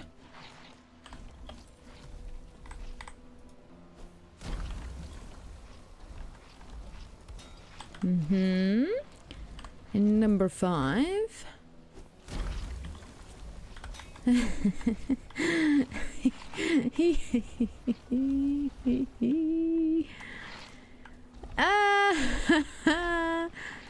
This is amazing. I approve. I do like the frost one and the lava one and like the green one the most. But this is not bad. This is definitely not bad. Ooh, Enoch, yeah, it's the frost blob. You need to make sure that you have touched the glass jars that I think it's the Bog Witch sells them. Or it might be Haldor that sells them, but I think it's the Bog Witch. She sells glass veils or jars. The moment you touch those and you've progressed towards like the mountains, you're gonna unlock the recipe because you make the frost blob bomb with the crooked veil, Drake trophy, and resin. So the moment you will touch that glass jar, you're gonna unlock the frost blob recipe. It's kind of like a little Easter egg at this point, it feels like. But yeah, you need to make sure that you have gone to the merchant, bought that item, have it in your inventory, and then it's gonna unlock that recipe. And it's made in the workbench, if I'm not mistaken, with Drake trophy and resin and one of those glass jars. Sadly, you can't place just the glass jar on an item stand, but you can place the frost blob one on an item stand, and it basically looks like an empty jar anyways. In case you're interested, like me, into that kind of decoration stuff, if you choose the frost blob one, it basically looks like an empty jar anyways. So you can still decorate with them. I would love people to come test what I have done on there because I already had to adjust a few things. Yeah, me too, Miss Couch Potato. And that's why, like, Uncle, if you're interested throughout the week, always welcome. And if other peeps are interested, and if you're not yet on my Discord, be sure to join on my Discord. I'll make it a little notification for people to test. I don't want too many people to test at once. It's good that we have a little bit of control over that. But it will be good to have some more testers come by and just see how difficult or how easy certain parts of the treasure hunt are that we're building right now. Have the colored light to reflect off the blobs. Oh yeah, or if we like add some glass to this. Since glass also does not seem to trigger them.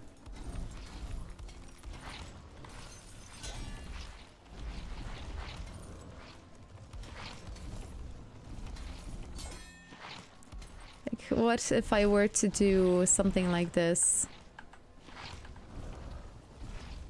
Why can't I place that one? Why is it red there? Wow, they are so noisy though. The lava ones are very, very loud. Huh. It's blocked. Oh, the blob is maybe too close to it? Yeah, the lava, the frost blob is too close to it, but look. Look how interesting that is with the crystal. And basically those thingies in the middle are gonna make sure that I should be able to make all of these sides crystal now, as long as the blob is not leaning against it, clearly.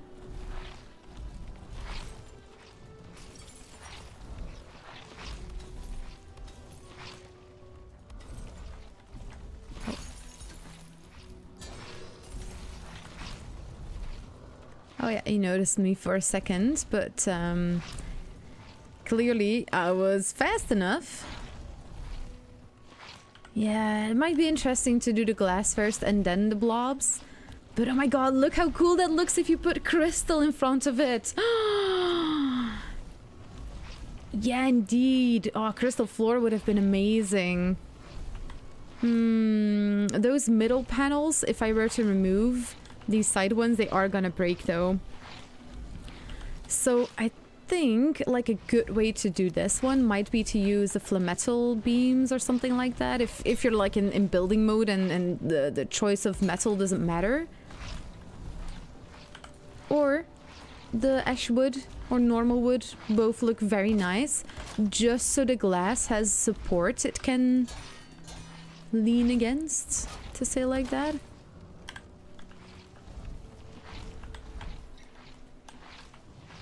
Ooh, very cool. Oh my god. What a tarnation. This is so cool.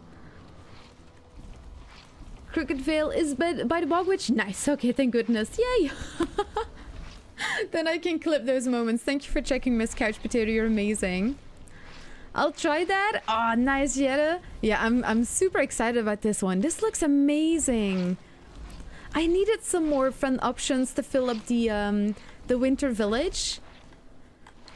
I'm not sure if I'm gonna use these ones for the season's time, but the green ones, yes, I might pull up a couple of these around Spring Village as well. Maybe I'll rather use the oozers in the summer village because it's more yellow and red instead of orange. And the black ones, yeah, it might be interesting for the swamp village. It would be cool to have each village have their own blob. Oh wow. Can you make a chain somehow? I need chain or rope for my well. You can't put chains. Oh yes, indeed, Vas. Uncle mentioned it, I think in chat already. The hanging brazier, indeed. You just gotta make sure that you still have support towards that beam. I'll do it with iron beams just to show the example. But I saw Miss Couch Potato use this strategy as well. And then you do this. I even did it for like a bell. Like, for example, if I were to do this, and item stands are really interesting for that. I now spawn bell on person. Yes. Oh, no space in inventory. Oh my goodness. Filled with stuff. Okay, give me the bell. Look how cool this is. I'm gonna put the bell on the item stand. And then I'm gonna place the hanging brazier again. Now, alignment is not perfect, but like this. And then I can remove this. And since the item stand is kind of touching the brazier from underneath, even though the brazier is a little bit higher, you can see it there. The item stand is floating underneath it. But the item stand's item on top of it, the bell, is touching the brazier, hence getting support from the brazier. If I were now to take the bell away, I think the item stand is just gonna destroy itself. Can I take it off? Boop. Or is it still touching? Ooh. Like, look, it's like floating underneath there. But I've seen this happen with like other examples too, definitely not touching. Like the serpent trophy, like it's such a big one, it just stayed afloat. I'm not really sure what's going on there, but the item stands are definitely a little bit wonky. But then you can have a bell hanging by a chain. And it works like a charm. It looks amazing, actually. It looks pretty awesome. And since what I built is in the swamps, it's just gonna rain on it anyway, so the brazier will be out. And I saw Miss Couch Potato build, like, something like this around.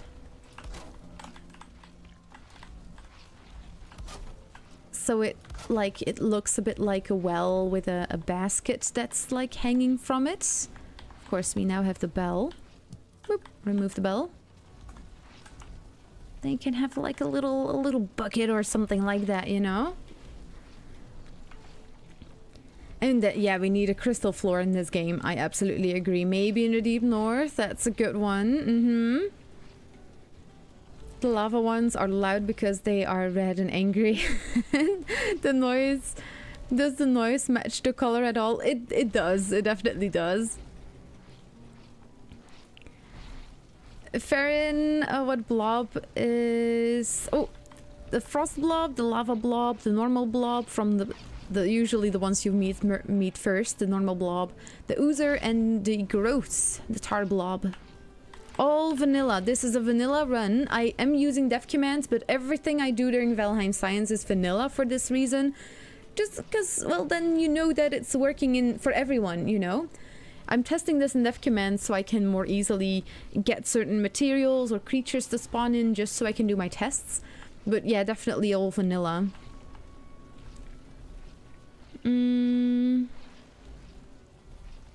Blobs don't really have a head. Yeah, I do think they will stand on each other's head. Although they did seem to glitch a little bit sometimes to like get stuck a little bit higher up. And adding the floors in between them did seem to help with positioning them, since they will also try to jump out. So adding the floor not only keeps them from you know, sinking too deep into each other, but also helps them from escaping. Yeah.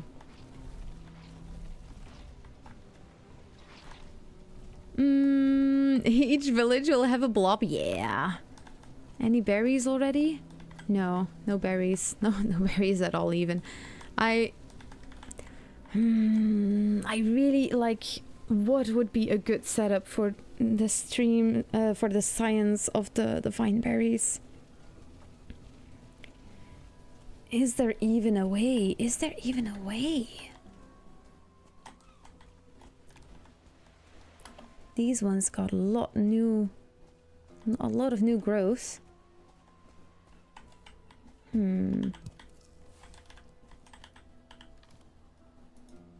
Yep, and got seeds as well. Interesting. Yeah, I'm not getting any wiser on the Vineberry science though. This is very interesting, but also very unclear to me. What is going on?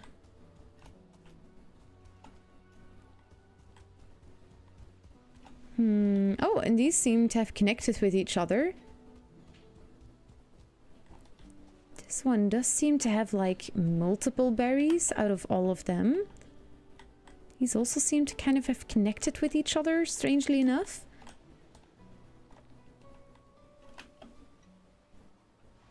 I got Vineberries really early on in like the Spartan playthrough that I did.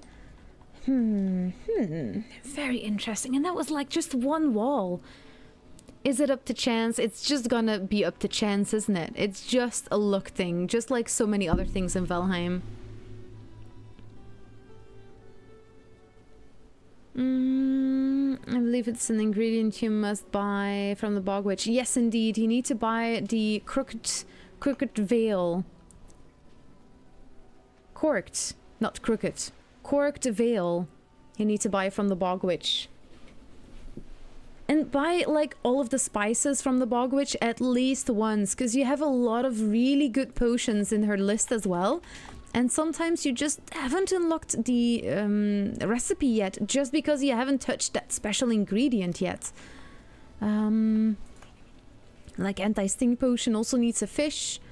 The troll's endurance also needs a fish. The troll fish and the grouper are two fishes you definitely need to make sure that you've caught at least once to unlock those recipes.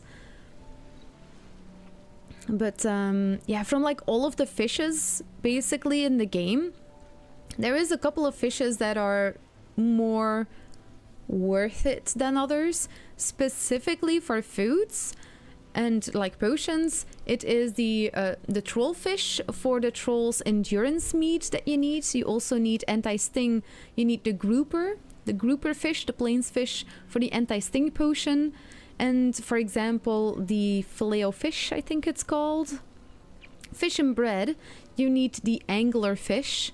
And those are like three fish that are really interesting for just in general to catch those fishes. Not a lot of people are interested in fishing in this game, but if you do catch a fish or spend that time fishing in the game, it is always good to do one of those 3 fishes and go all stamina foods. If you go fishing, do 3 stamina foods, all 3 of them. You're gonna need it. You're gonna need all of that stamina. It goes so fast.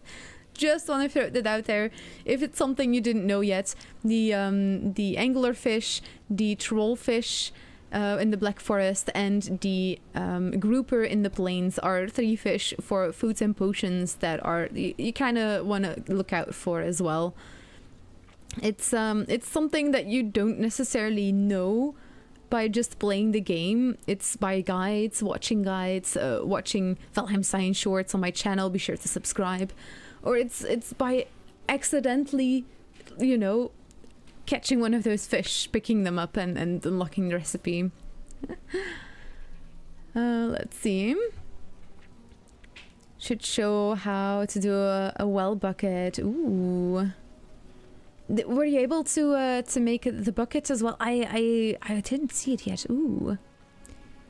Kirara, thank you. This game is fun. Oh, I agree. I love this game. Prisoner basket. Oh no. I have returned from a meeting. Did Emma cage you, Gluth? No, not yet. The bosses are a little bit special, feels like.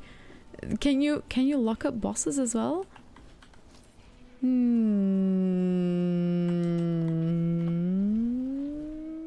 Can you lock up bosses as well? Perfect. I'm gonna spawn something in that you should never ever spawn in a normal playthrough.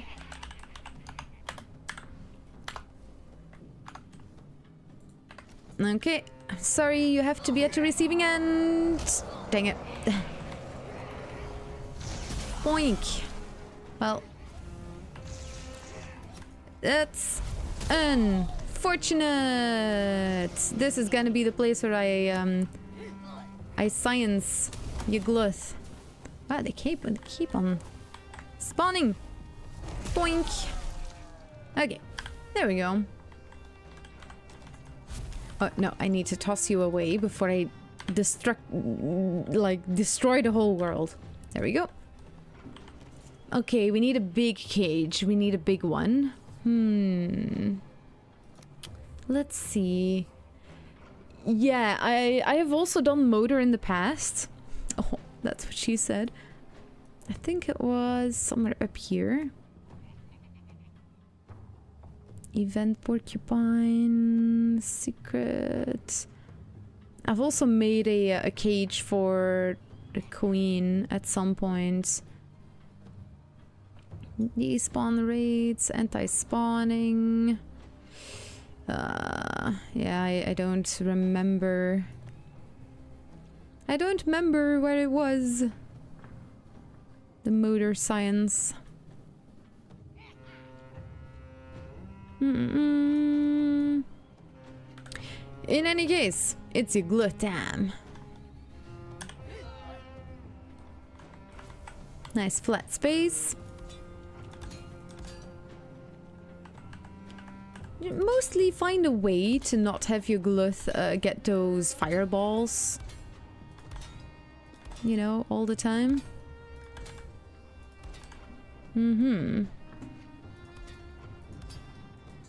Is that enough space? It feels like your gluth is someone that really stands on his space, you know?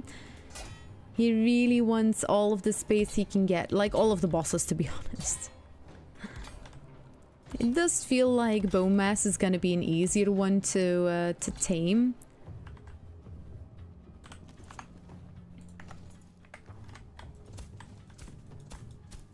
Just because most of his attacks are not very dangerous anyways. He just spawns in creatures, or like his barf, his poison barf, doesn't even damage most of the structures, or any structures at all, if I'm mistaken. Okay, is that enough space for your gluth, do you think? Oh my goodness. He do be a big boy. Do do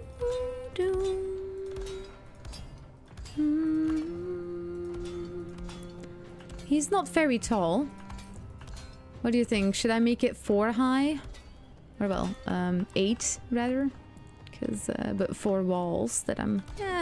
maybe yes. Just in case, you know. What if he gets angry like the Berserker? He was not happy with his small cage. 10. Oh my goodness. 10? So 1 more? That like 5? Okay, okay, okay. I'll give you a big cage. Nice big cage. Luckily on the Seasonsheim server we are gonna put the creatures to passive.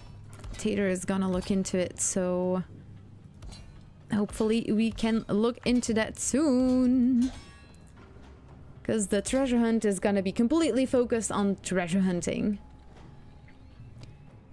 RNG thing depending on the position in the world. Seeds perhaps. The perch for swimming potion too. Oh, the perch! Yes! Dunce! Dunce! Oh my goodness! I felt like I was forgetting one. Dang nabbit. No! Where is the kettle? I don't see it. How could I forget it? It's one of my favorite cuttlefish.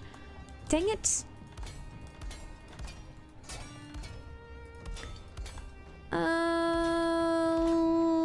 Change the title. Which one did I forget? Let's see. Bloop. Oh my god.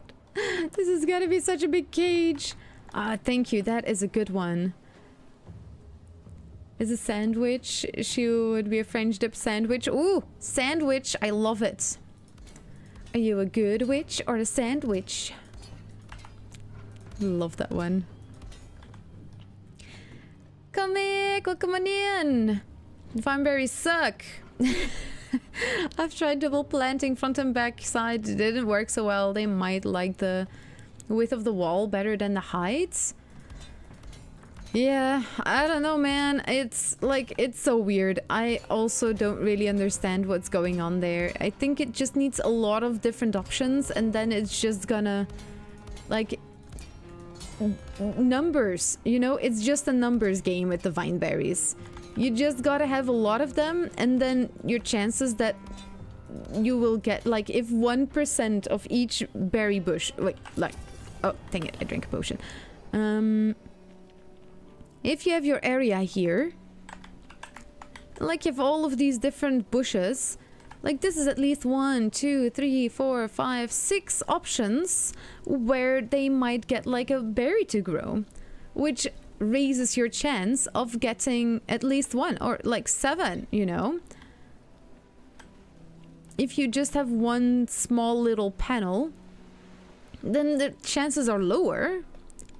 So if something does spawn in, it like you're just a little bit more lucky. So if you have like a lot of options, that's maybe just gonna allow them to. I really don't know. I'm trying to get all of the info I can get from the Vineberries and the science around them.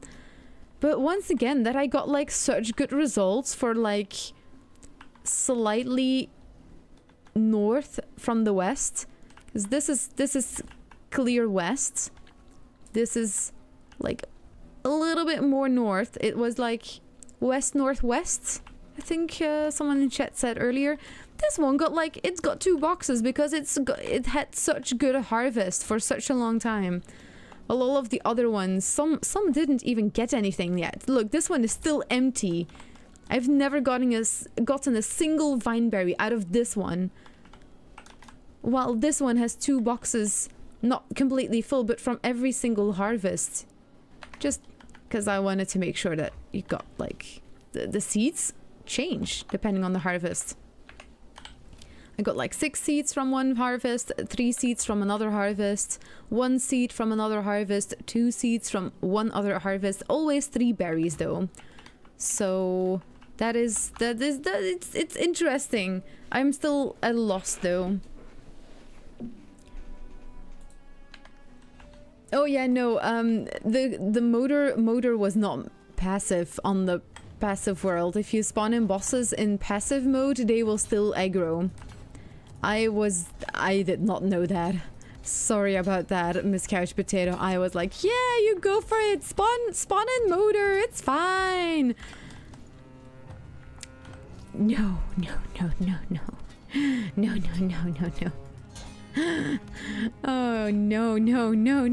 no.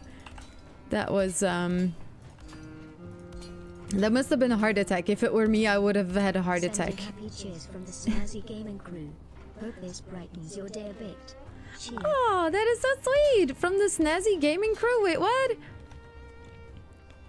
That is so sweet! Sundance, thank you so much.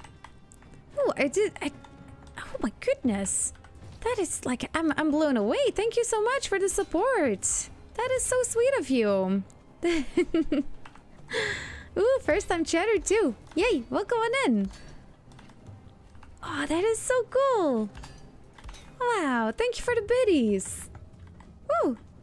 Oh, that is so cool. Gotta go, ciao. Okay, ciao, thank you. That is so sweet, but so random. Oh my goodness. I hope you have a lovely day. Thank you. Oh my god. He's not tall because he was ripped in half. Miss Couch Potato, that is correct. He was indeed. But yeah, I feel like if you put this like around the spawner, you gotta be a little bit lucky to get him to spawn inside. But I really wonder, yeah, Gluth. Will he, like, most of all, will he still attack when he's in his cage? Because we know now that this works for normal creatures as long as they have enough space inside of their box. So I'm really wondering about this. Okay, this is just a little bit tedious. Keep on pressing the wrong button sometimes and then just walk forwards. Oh, the wrong one. There we go. Oh my goodness, that was so sweet. Oh my god. Jimmer, welcome on in. Popping in for lunch. Ooh, what are you lunching today? I am already invested. I would love to know what your lunch snack is. Oh my goodness. I did this experiment once to see if directional orientation increases Vineberry yield. I don't think it does. See, that's the thing. Oh my god, Jimmer. Like, some of those bushes gave me, like, nothing at all. And then other ones were the only ones that gave me berries. I am like... What is going on? What is going on? I still don't know. I still don't know what's going on. Lunch is bean and tofu burrito. Oh, that sounds so good. That sounds lovely. Smakelijk. Have a good meal. Oh my goodness, Jimmer. Yeah, Jimmer, if you have any more signs that you've done on the Vineberries, you're always welcome to share. Like, I'm also at a loss still. Goblin King. Oh, welcome on in. Ivy Mike, thank you so much for subscribing. Yay, with your prime. Thank you so much. Would you like me to eat a bean boozled bean or would you like a potato on my lab coat? Be sure to let me know. Thank you so much. Multiple wall rule. Direction of the berry is the most important. How interesting. Well, that's the thing, but like... How correct is that? I have not seen a single berry grow on any of those walls now. For, like, all of the time that I've been here. So, like, I don't know. If Peaches is a normal server compared to what you were talking about, Emma, it is a normal server, but 2 times the resources, lower raid rate, very easy death penalty, pour some materials, and... That is it. I've killed the Elder and Eikthyr, but nothing else. We did bring in items from other worlds, and therefore we have been exploring the... Oh, okay.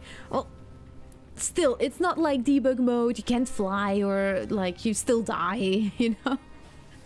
That's also good. But good to know, Viri. Thank you. I would feel the same way that you do, like wanting to let that know as well. Oh dang it! Is he gonna be inside?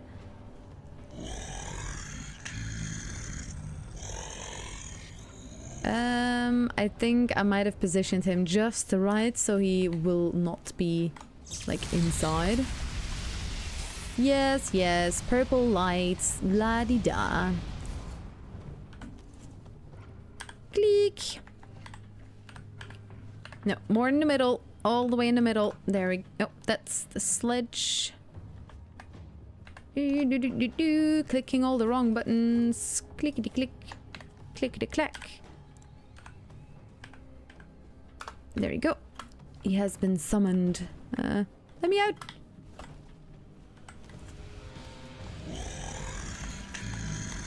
Vikinger. Vikinger. That's me. I'm a Viking. Wee. Wee. Excuse me, sir. I would like to talk about your extended warranty. Oh wow, and he didn't run away. That must mean he's really stuck in his cage. What if I run this way? Will you follow me? Well, gotta cut him some slack. He doesn't have any legs. He's taking his time. Oh, he's gonna do an attack. Okay, so he will do attacks. Wow, look at the beautiful blue fire. Oh. Can you show me how you do that? I would like to learn. Sir? Sir?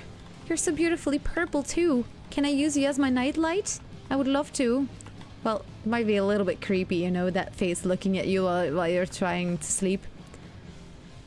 Yeah, you know what? I'll keep using the totems for now. Maybe you'd rather use the totems than your glow as my nightlight.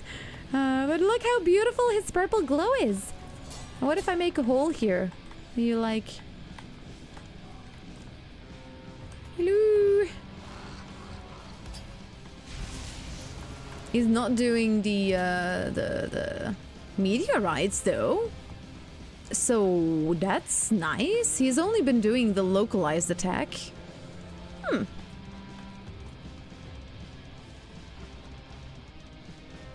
Good music. Yeah. Oh! No, it's still the localized one. No, no meteorites. Oh, there they are. Oh, sweet baby Jesus.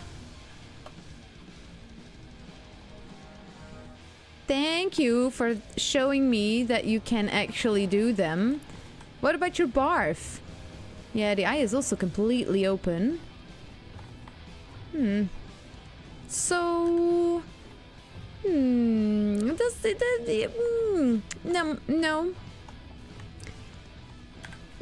Doesn't really feel like it's something you can force tame. Different shapes of bushes and that randomly develop. If it's based on compass direction, I'd expect the ones on the side, like the south side. Yeah, exactly. Like Jimmer, I thought that too, but it's not necessarily the south side. It's like it feels so weird and random. Now I did plant like this double box I did here in the same direction. I placed these two walls just to see what would happen, and I've not gotten a single Vineberry yet. Oh, and yeah, like, oh no, you're spawning in again? Okay, thank goodness. I don't know, it just feels like the more you have, the more chances that you will get one. I've even, like Obsidian, I've even also tested like different biomes, and from that test, the swamps and mistlands were the best ones. Do. Vineberry tests. Do. Vineberries. There it is. We need more Vineberries. Do. Peaches! Hi Peaches, welcome on in. Slap whoever is responsible for Vineberries being the most confusing things in the game. Yeah. I might not want to slap them, but I might want to throw a potato at them. So from the Vineberry tests I have done in the past, these were the results of the different biomes, and I also put the directions in which they were positioned on there, just so you know that as well, you know? Just to show. Peaches! Yes, it's a Peaches! Welcome in! How you doing? About my 3 boxes? Yeah! Emma is the creepy one for considering the boss as a nightlight. Oh my god, Isk. What? No, I'm never creepy. I'm small and adorable. I would never be creepy. I ignore that. It's just the sound I made. Let's see tomorrow. Of course. Mia's here too. Welcome on in.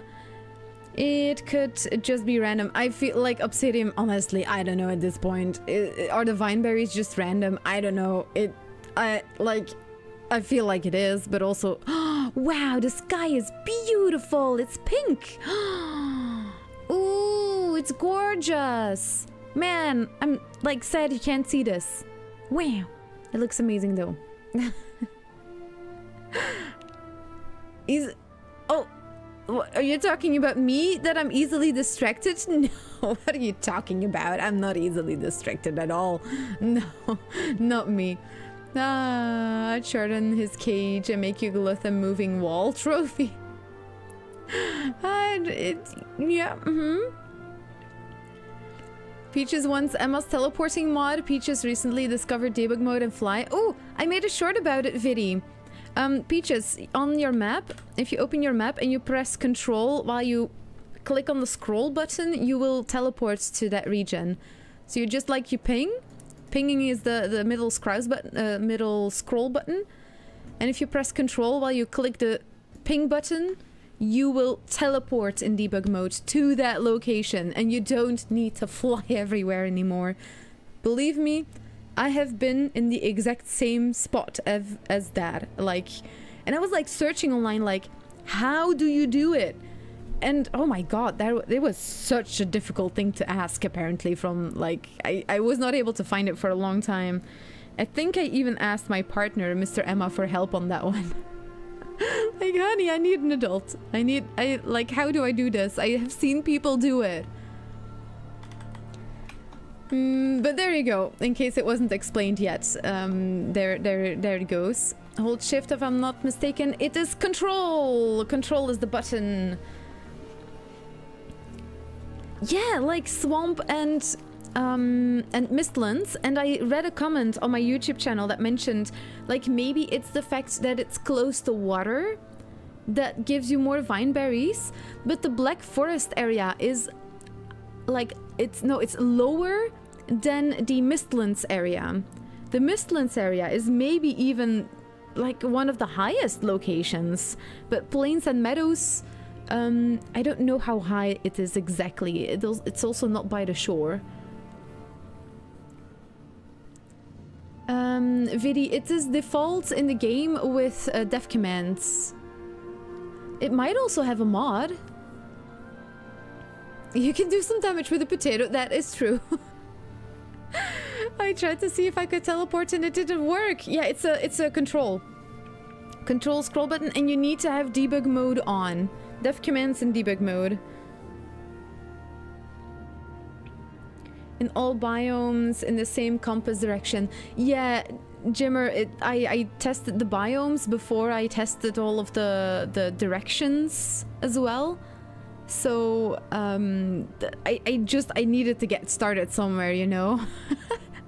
But that is a good one. That is actually a very good point. You might need to revisit those places, set up something new, and compare them there.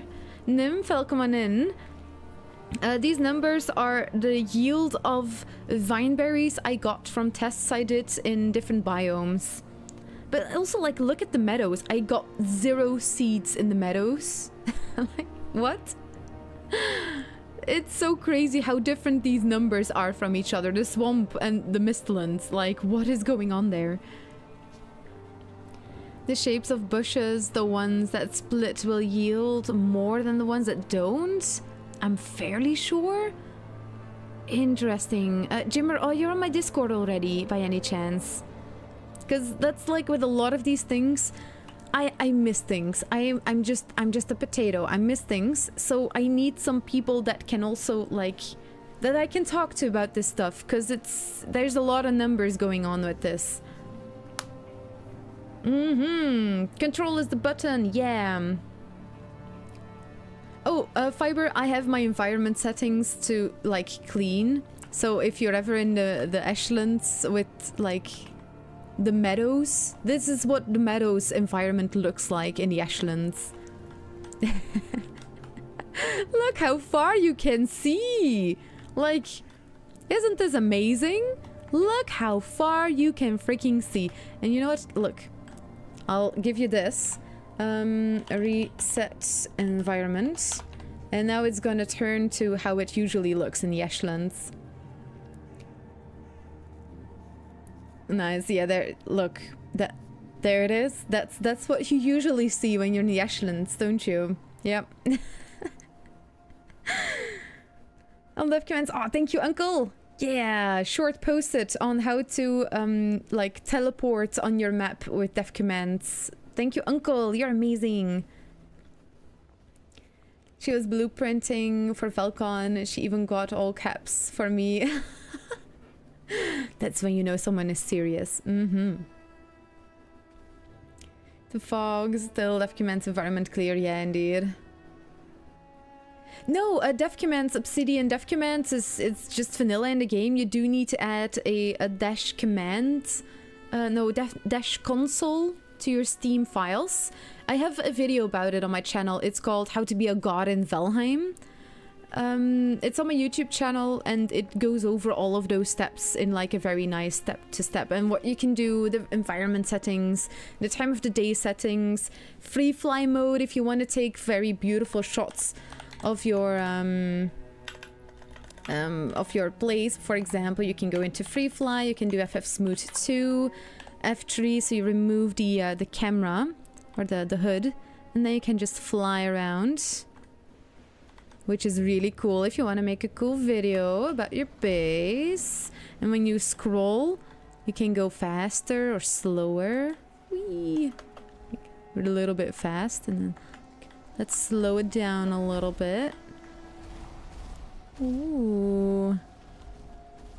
Ashlands in their natural habitat. One might think that the Verger spawn here too, but alas, not enough.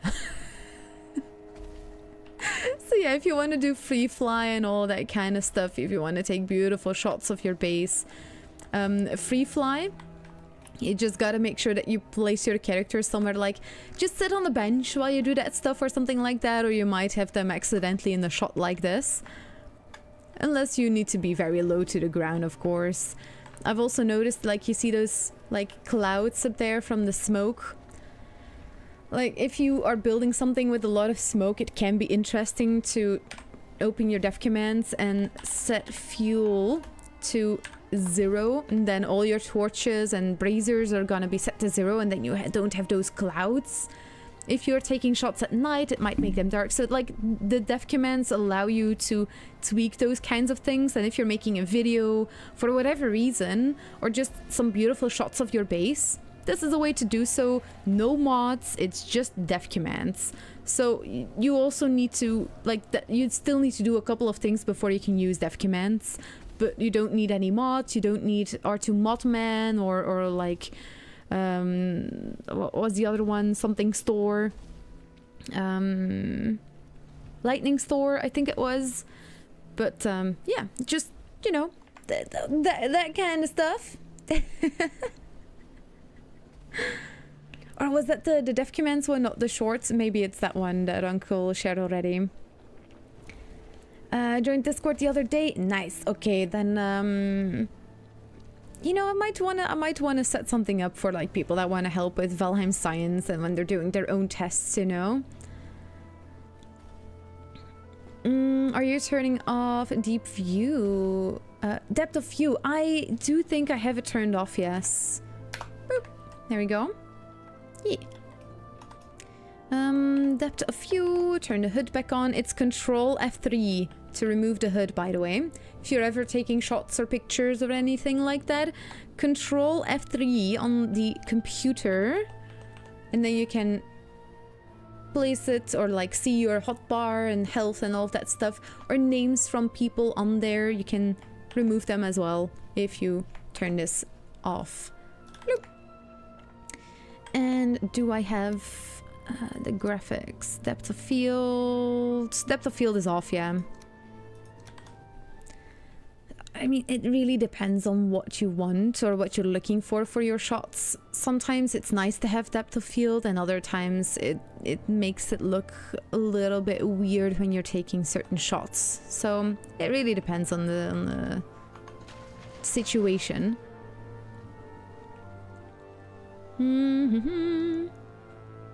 Highest numbers, a thing those two biomes got in common is moisture, I guess. Yeah, right, Cat? I mean, like, it's not necessarily being close to the water that does the thing, seems like. I don't know. Because that's also something, like, do I keep that in mind for this test as well? Or just the directions of the wind? Also how close it is to water? I don't know. Oh, I'm missing a lot of things in chat. Hey, Liz, I see you there! You must have a console active in stream, if I remember correctly. I'm not sure. Self-learned def commands, how to spawn things, how to spawn raids.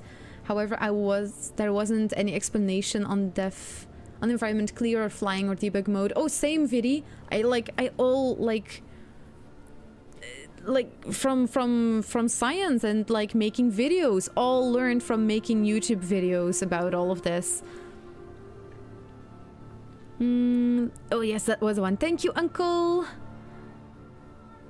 Self-learned, self-researched. Yeah, me too. And that's why I have like favorites for environment settings that I've been using and that they have changed over the years.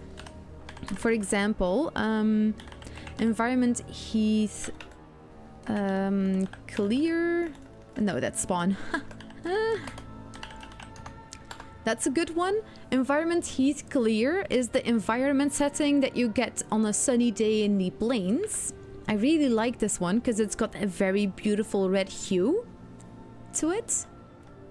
Very nice. But it's also, it looks a little bit orange. It looks a little bit orange. Then you've got another one that I really like, and that's my favorite one now compared to the video that Uncle shared. I'm gonna put myself to ghost because I see some creatures running towards me. You also have environment deep forest mist. Now, it doesn't necessarily have a lot of mist. You can see it in the background a little bit. But you can see that the weather changes. The deep forest mist environment setting is the one you get in the Black Forest. That is like very beautiful red hues as well. Now this is also the middle of the day. You can also set TOD to 0.67. No. Dang it, not 6.7. Oh, yikes. 6.9.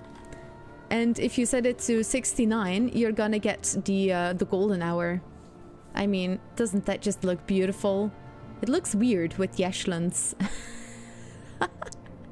It looks really weird with Yeshlands, but it looks very beautiful in my opinion. This is my favorite environment setting. Definitely, like, look at those colors and then like the blue on the other side. Ooh, it looks so beautiful. I love adding those in my thumbnails. So there you go, a little def commands lesson for the peeps interested. And the video that Uncle shared earlier is the one where I go over all of this stuff, not live, so it's more, you know, to the point.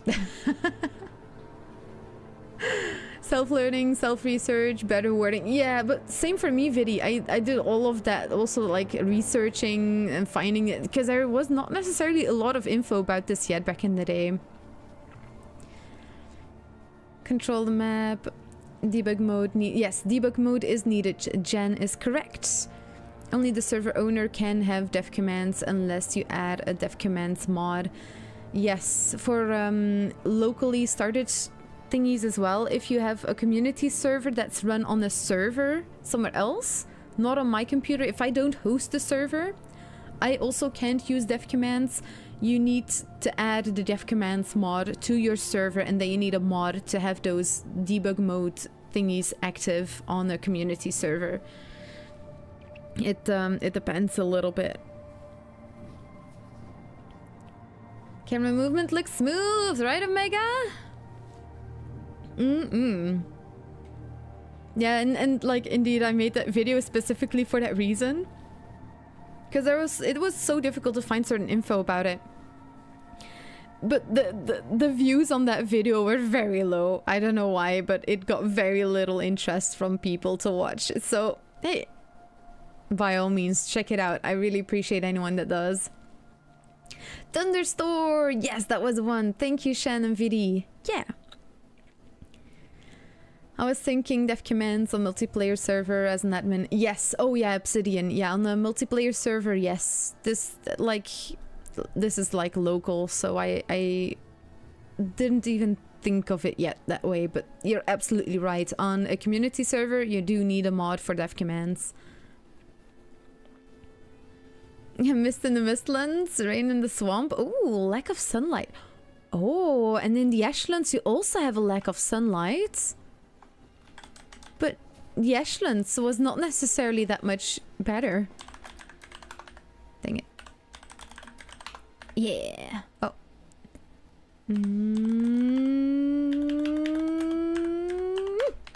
Yeah, now we can see the board. So yeah, I'm really not sure what's going on there. A community potato science world would be amazing. Ooh, community science world? Ooh. Ooh, yes. Oh my god, let's. Yeah, oh my god. How about we start just next week with like a community science world? Or should I just open up this one for like a community science world? There's a lot of stuff already on here, and no one else would be able to use def commands. So I might need to set some things up. Ooh, interesting. Oh, some the workers spawn. I thought I heard something. Oh wow, and they're actually winning. La-di-da. Wow. Wow. So the Virgo are actually winning. What is going on? Oh, but there's already new charred ones that have spawned in, so that's not gonna take very long. And Alice, 15 consecutive streams. Thank you so much. I love Valheim Science. We do it a lot on the server and that I play on and mod for. Chimmer, nice. Oh yeah, let's look into that. Can also change the time of the day. Absolutely you can. Ooh, to 0.69 and then you have like golden hour. In the past that allowed you to do def commands things on the server that doesn't have it turned on, but I don't know if that's, yeah, like I like, was it Toolbox or something, but I think that one broke a long time ago because, well, yeah, like stuff gets updated.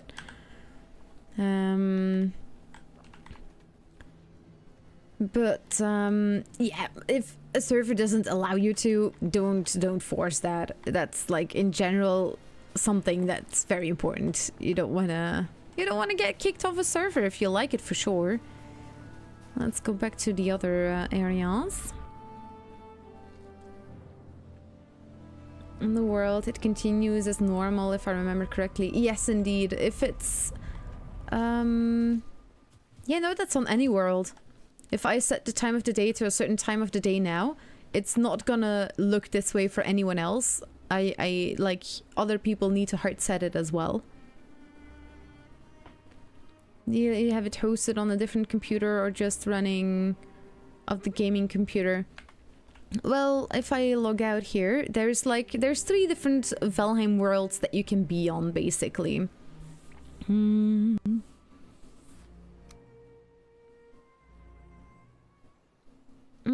the days do continue though, Sauce, even though I set the time of the day, but for like Vineberries and all that stuff, it feels like it does weird things sometimes. So what I have right here is my select world list. If I select one of these worlds and I would just press the start button, it would just start my local world, only I can be on there, and that's it. What you can also do is press this button and then you can start a server, community server. I can set a password, then I can press start, and then other people would be able to join onto the world. I would be the only person on that world that can use dev commands on there, and all the other people cannot use dev commands.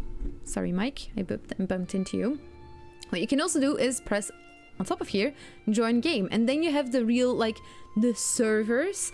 These are hosted on a server, not on your computer at home.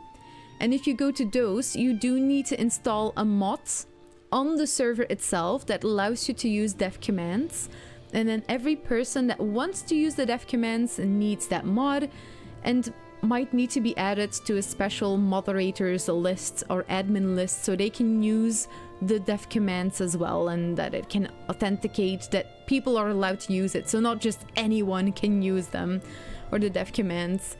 So those are like the 3 different worlds where you can use dev commands, and then like the differences between them, because there are some differences between them. For this one, you do need a mod to use dev commands on a community server, but if I were to start up one right here and I make a community server and I just start it up, I would not need to use any mods to use dev commands, but the other people can't use dev commands.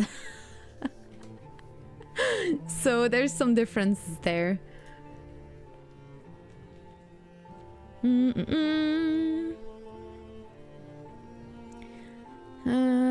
I jumped back in. Well, I hope that explains it to you, Sen. Can come, but it looks like day. Yes, indeed, Sauce. If I set the time of the day to like not at night, while the game is technically at night, then I'm still gonna see night spawns, but during, like, for me, what seems like the day. Is it possible to make a super flat Valheim world like Minecraft? Yes, it is. With mods, super easy. Without mods, a lot of work. Makes it easier to do science. Yeah, and that's also the thing. I don't really mind that the world is necessarily not necessarily flat. I kind of like it that way, to be honest. It still looks like Valheim and not just a sandbox. And it's a feeling that I feel a lot of people that are new to my channel share that as well. Like, if you see that something is very heavily modded, some people that are very vanilla focused are just gonna skip away anyways as well. Similar to that, I do like to try and keep my Valheim science a little bit more normal, vanilla Valheim, except for the fact that I'm often flying. That's usually the biggest giveaway. But it's also like, it all depends, you know. I do think that there's a lot to say for a very nice open play field sandbox that you can just do in whatever you want to do. Server rules come first. Always, yeah, that's the thing. Hi Ed, welcome on in. Headless server running on an old computer in my apartment to offload some of the work on my computer. I think that's also gonna be like this one, right? If you need to go to join game, you will need to get mods installed to use dev commands. For example, if I were to start a world right here with the community server, and I set this up, I have set it up right here, but other people that would like to join that world would need to check in their friends list right here, and they will see my world pop up then, but they cannot use dev commands. As I mentioned before, if you do something right here, I am the only one that can use dev commands. GSU Yost to control the server. I'll eventually open it to a community, I think. Nice! Oh, that's awesome. Some buttons you explained were behind your camera frame. Oh, dang it. Yes, they are indeed. There I am. I am right in front of it. But these ones right here, the start server. Dang it, potato, you're in the way.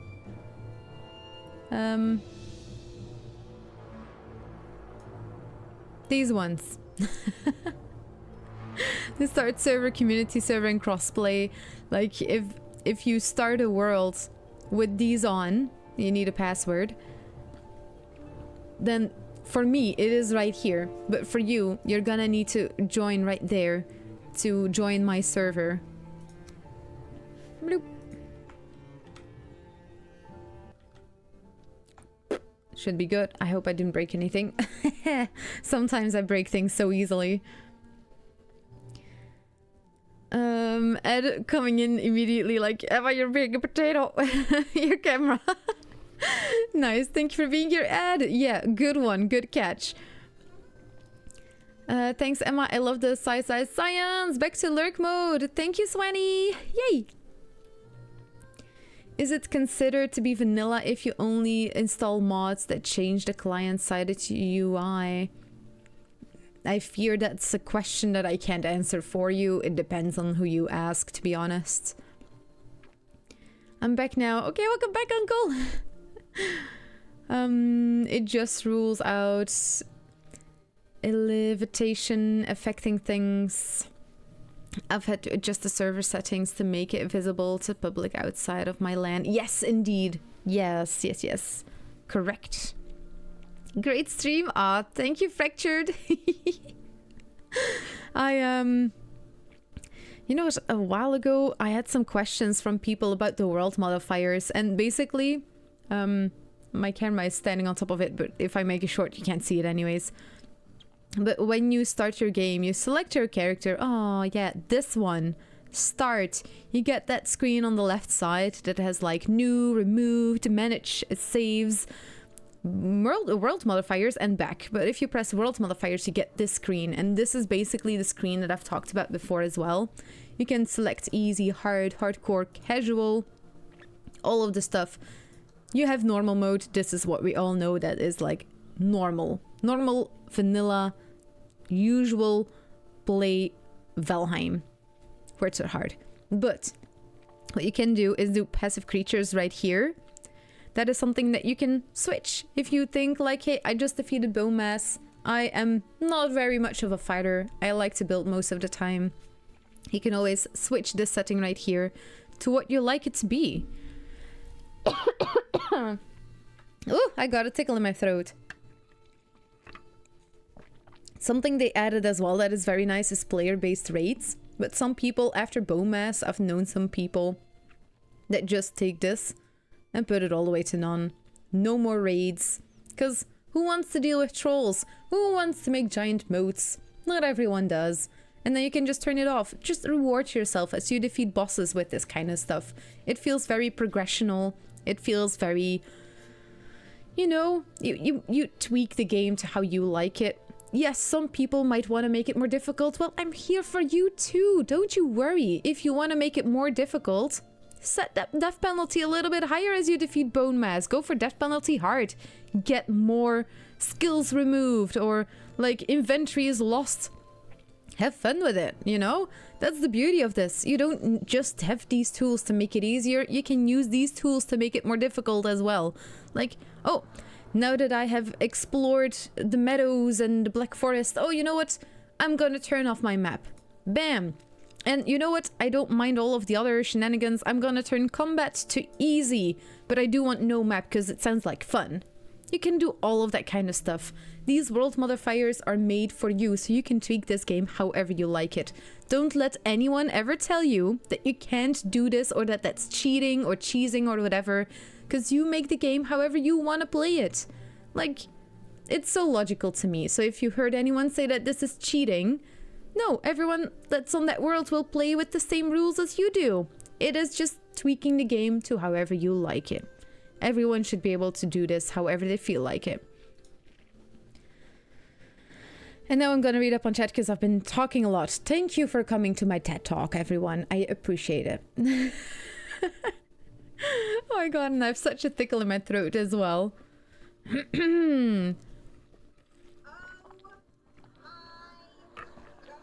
Hi, miss. Oh my god! I will have to check out the dev commands. You're welcome, good luck with stream! Sometimes I break things so easily, I really felt that. Yeah. I probably won't hear your response advertised. Oh no! It's I can always wait with your messages until you're back again, Ed. Lovely to see our potato doing potato things. Yay! Oh, I want that on the shirt. A potato doing potato things. Oh, I love that. Oh, what am I doing to my voice? Ooh, that is a very big tickle in my throat. Ah! Ooh, oh my goodness. Yeah, that's very ticklish. I don't play, I just built. Exactly, just a guy. Yeah, like, please play this game how you like to play it. That is so important. Like, you don't play this game because you like, oh, I don't want to play this game, I'm gonna play it anyways. No, you play games because you want to relax. You want to do something that you like to do. You want to wind down.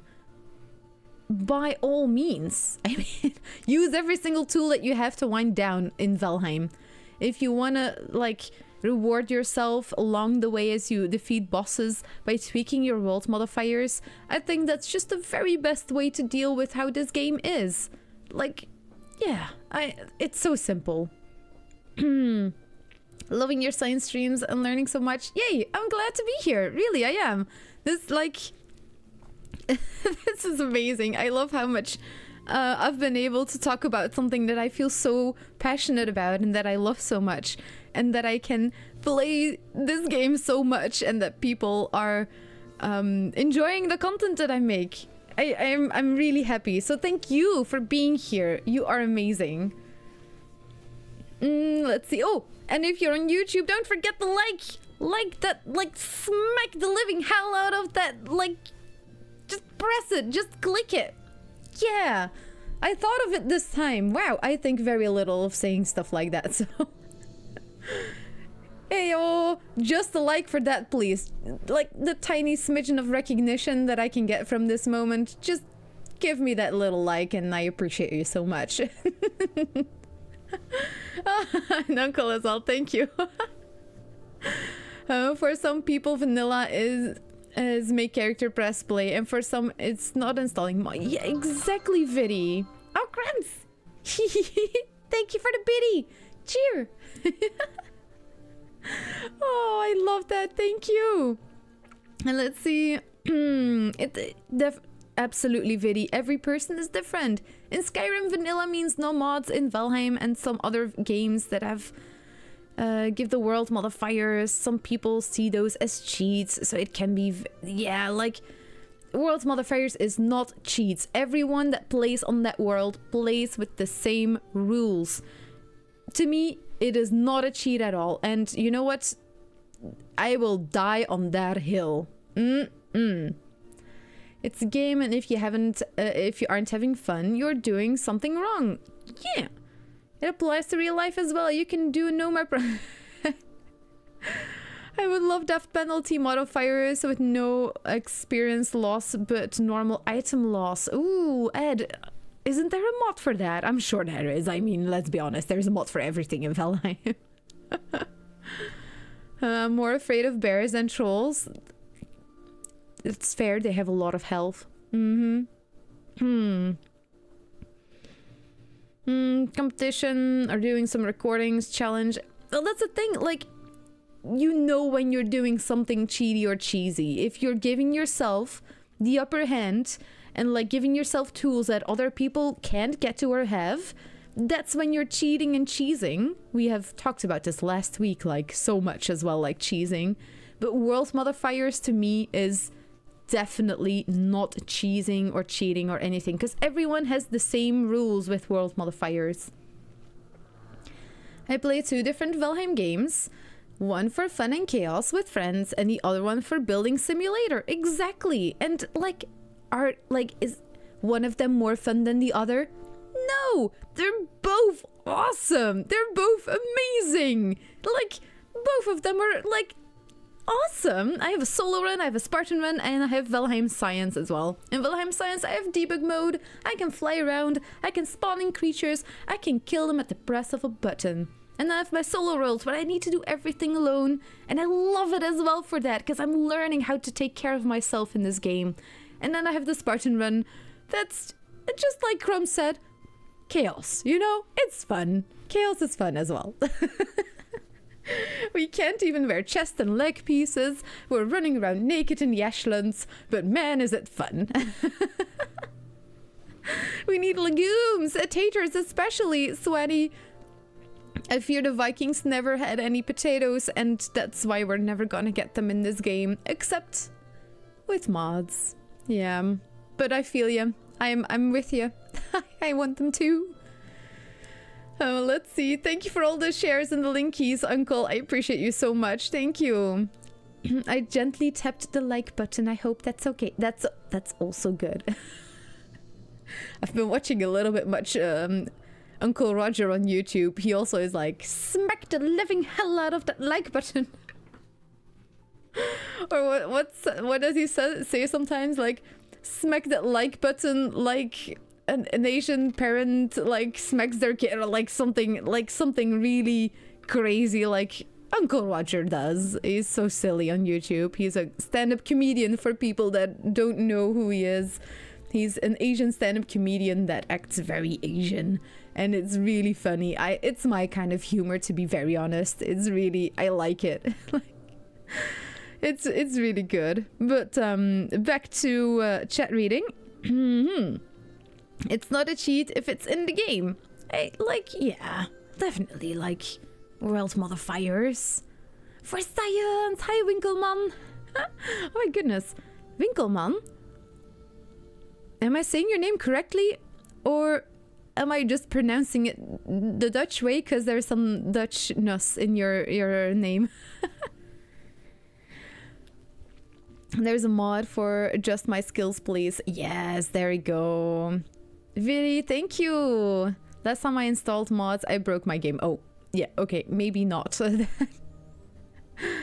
Modman is a good mod manager if you're looking for one, though. Just don't complain about the game being boring and too easy after you turn on the... Like, no, like... I would not, to be honest, Obsidian. I would be building all the time anyways. I wouldn't be like, this is boring or too easy. No, I would be saying like, what am I gonna build next? Should I turn on passive creatures and just make a fueling bar? I don't even need to turn passive creatures on anymore. I can just start making a fueling bar now because I did science on this today. Hello, niece and nephew. Oh, hiya. I love it so much. I can sit like Uncle Roger on my chair, by the way. I know it's not for everyone, but I have been doing this for a long time as well. I did my exams this way. Not a lot of teachers were like really happy with that though. They like, put your feet on the ground. And I'm like, but I want to sit a different way.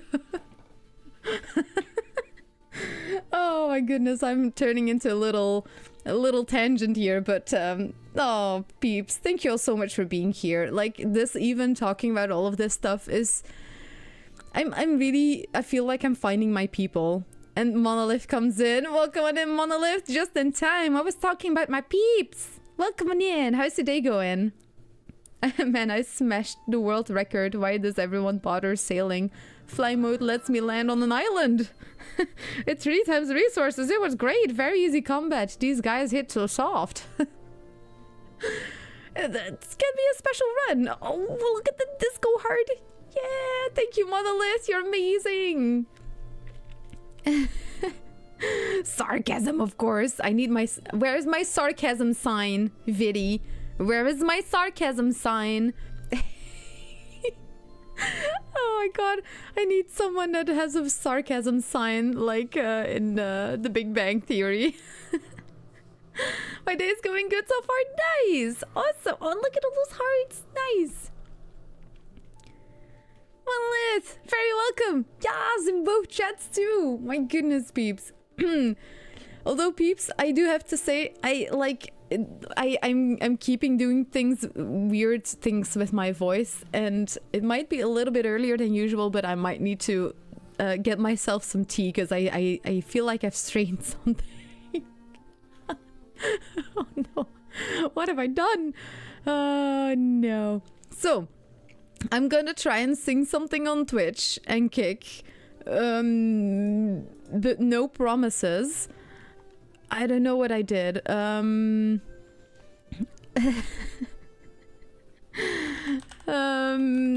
sing something low, I guess, because I don't know what I have done. I'm gonna get ready, but once again, peeps, thank you so incredibly much for joining. You're all absolutely amazing. This was a lot of reading chat today, but I feel so connected with all of you. This was fun. I had fun actually talking a little bit more to chat than focusing on doing science, to be honest. Let's have a look. See, oh, I can read out to Zox. Let's see. He has been helping with some stuffs. Let's save this. Oh, it's scheduled. Oh. No, I want someone that's live. I'm sorry, Zox. Oh no, it is live. It is live. Never mind. Okay, there we go. So peeps, be sure to hop over to Twitch or Kick, and I'm gonna give it my best try to sing something, so be sure to hop over because I'm sure it's gonna be hilarious. Thank you so much for joining. I'll see you later, YouTube, and thank you for being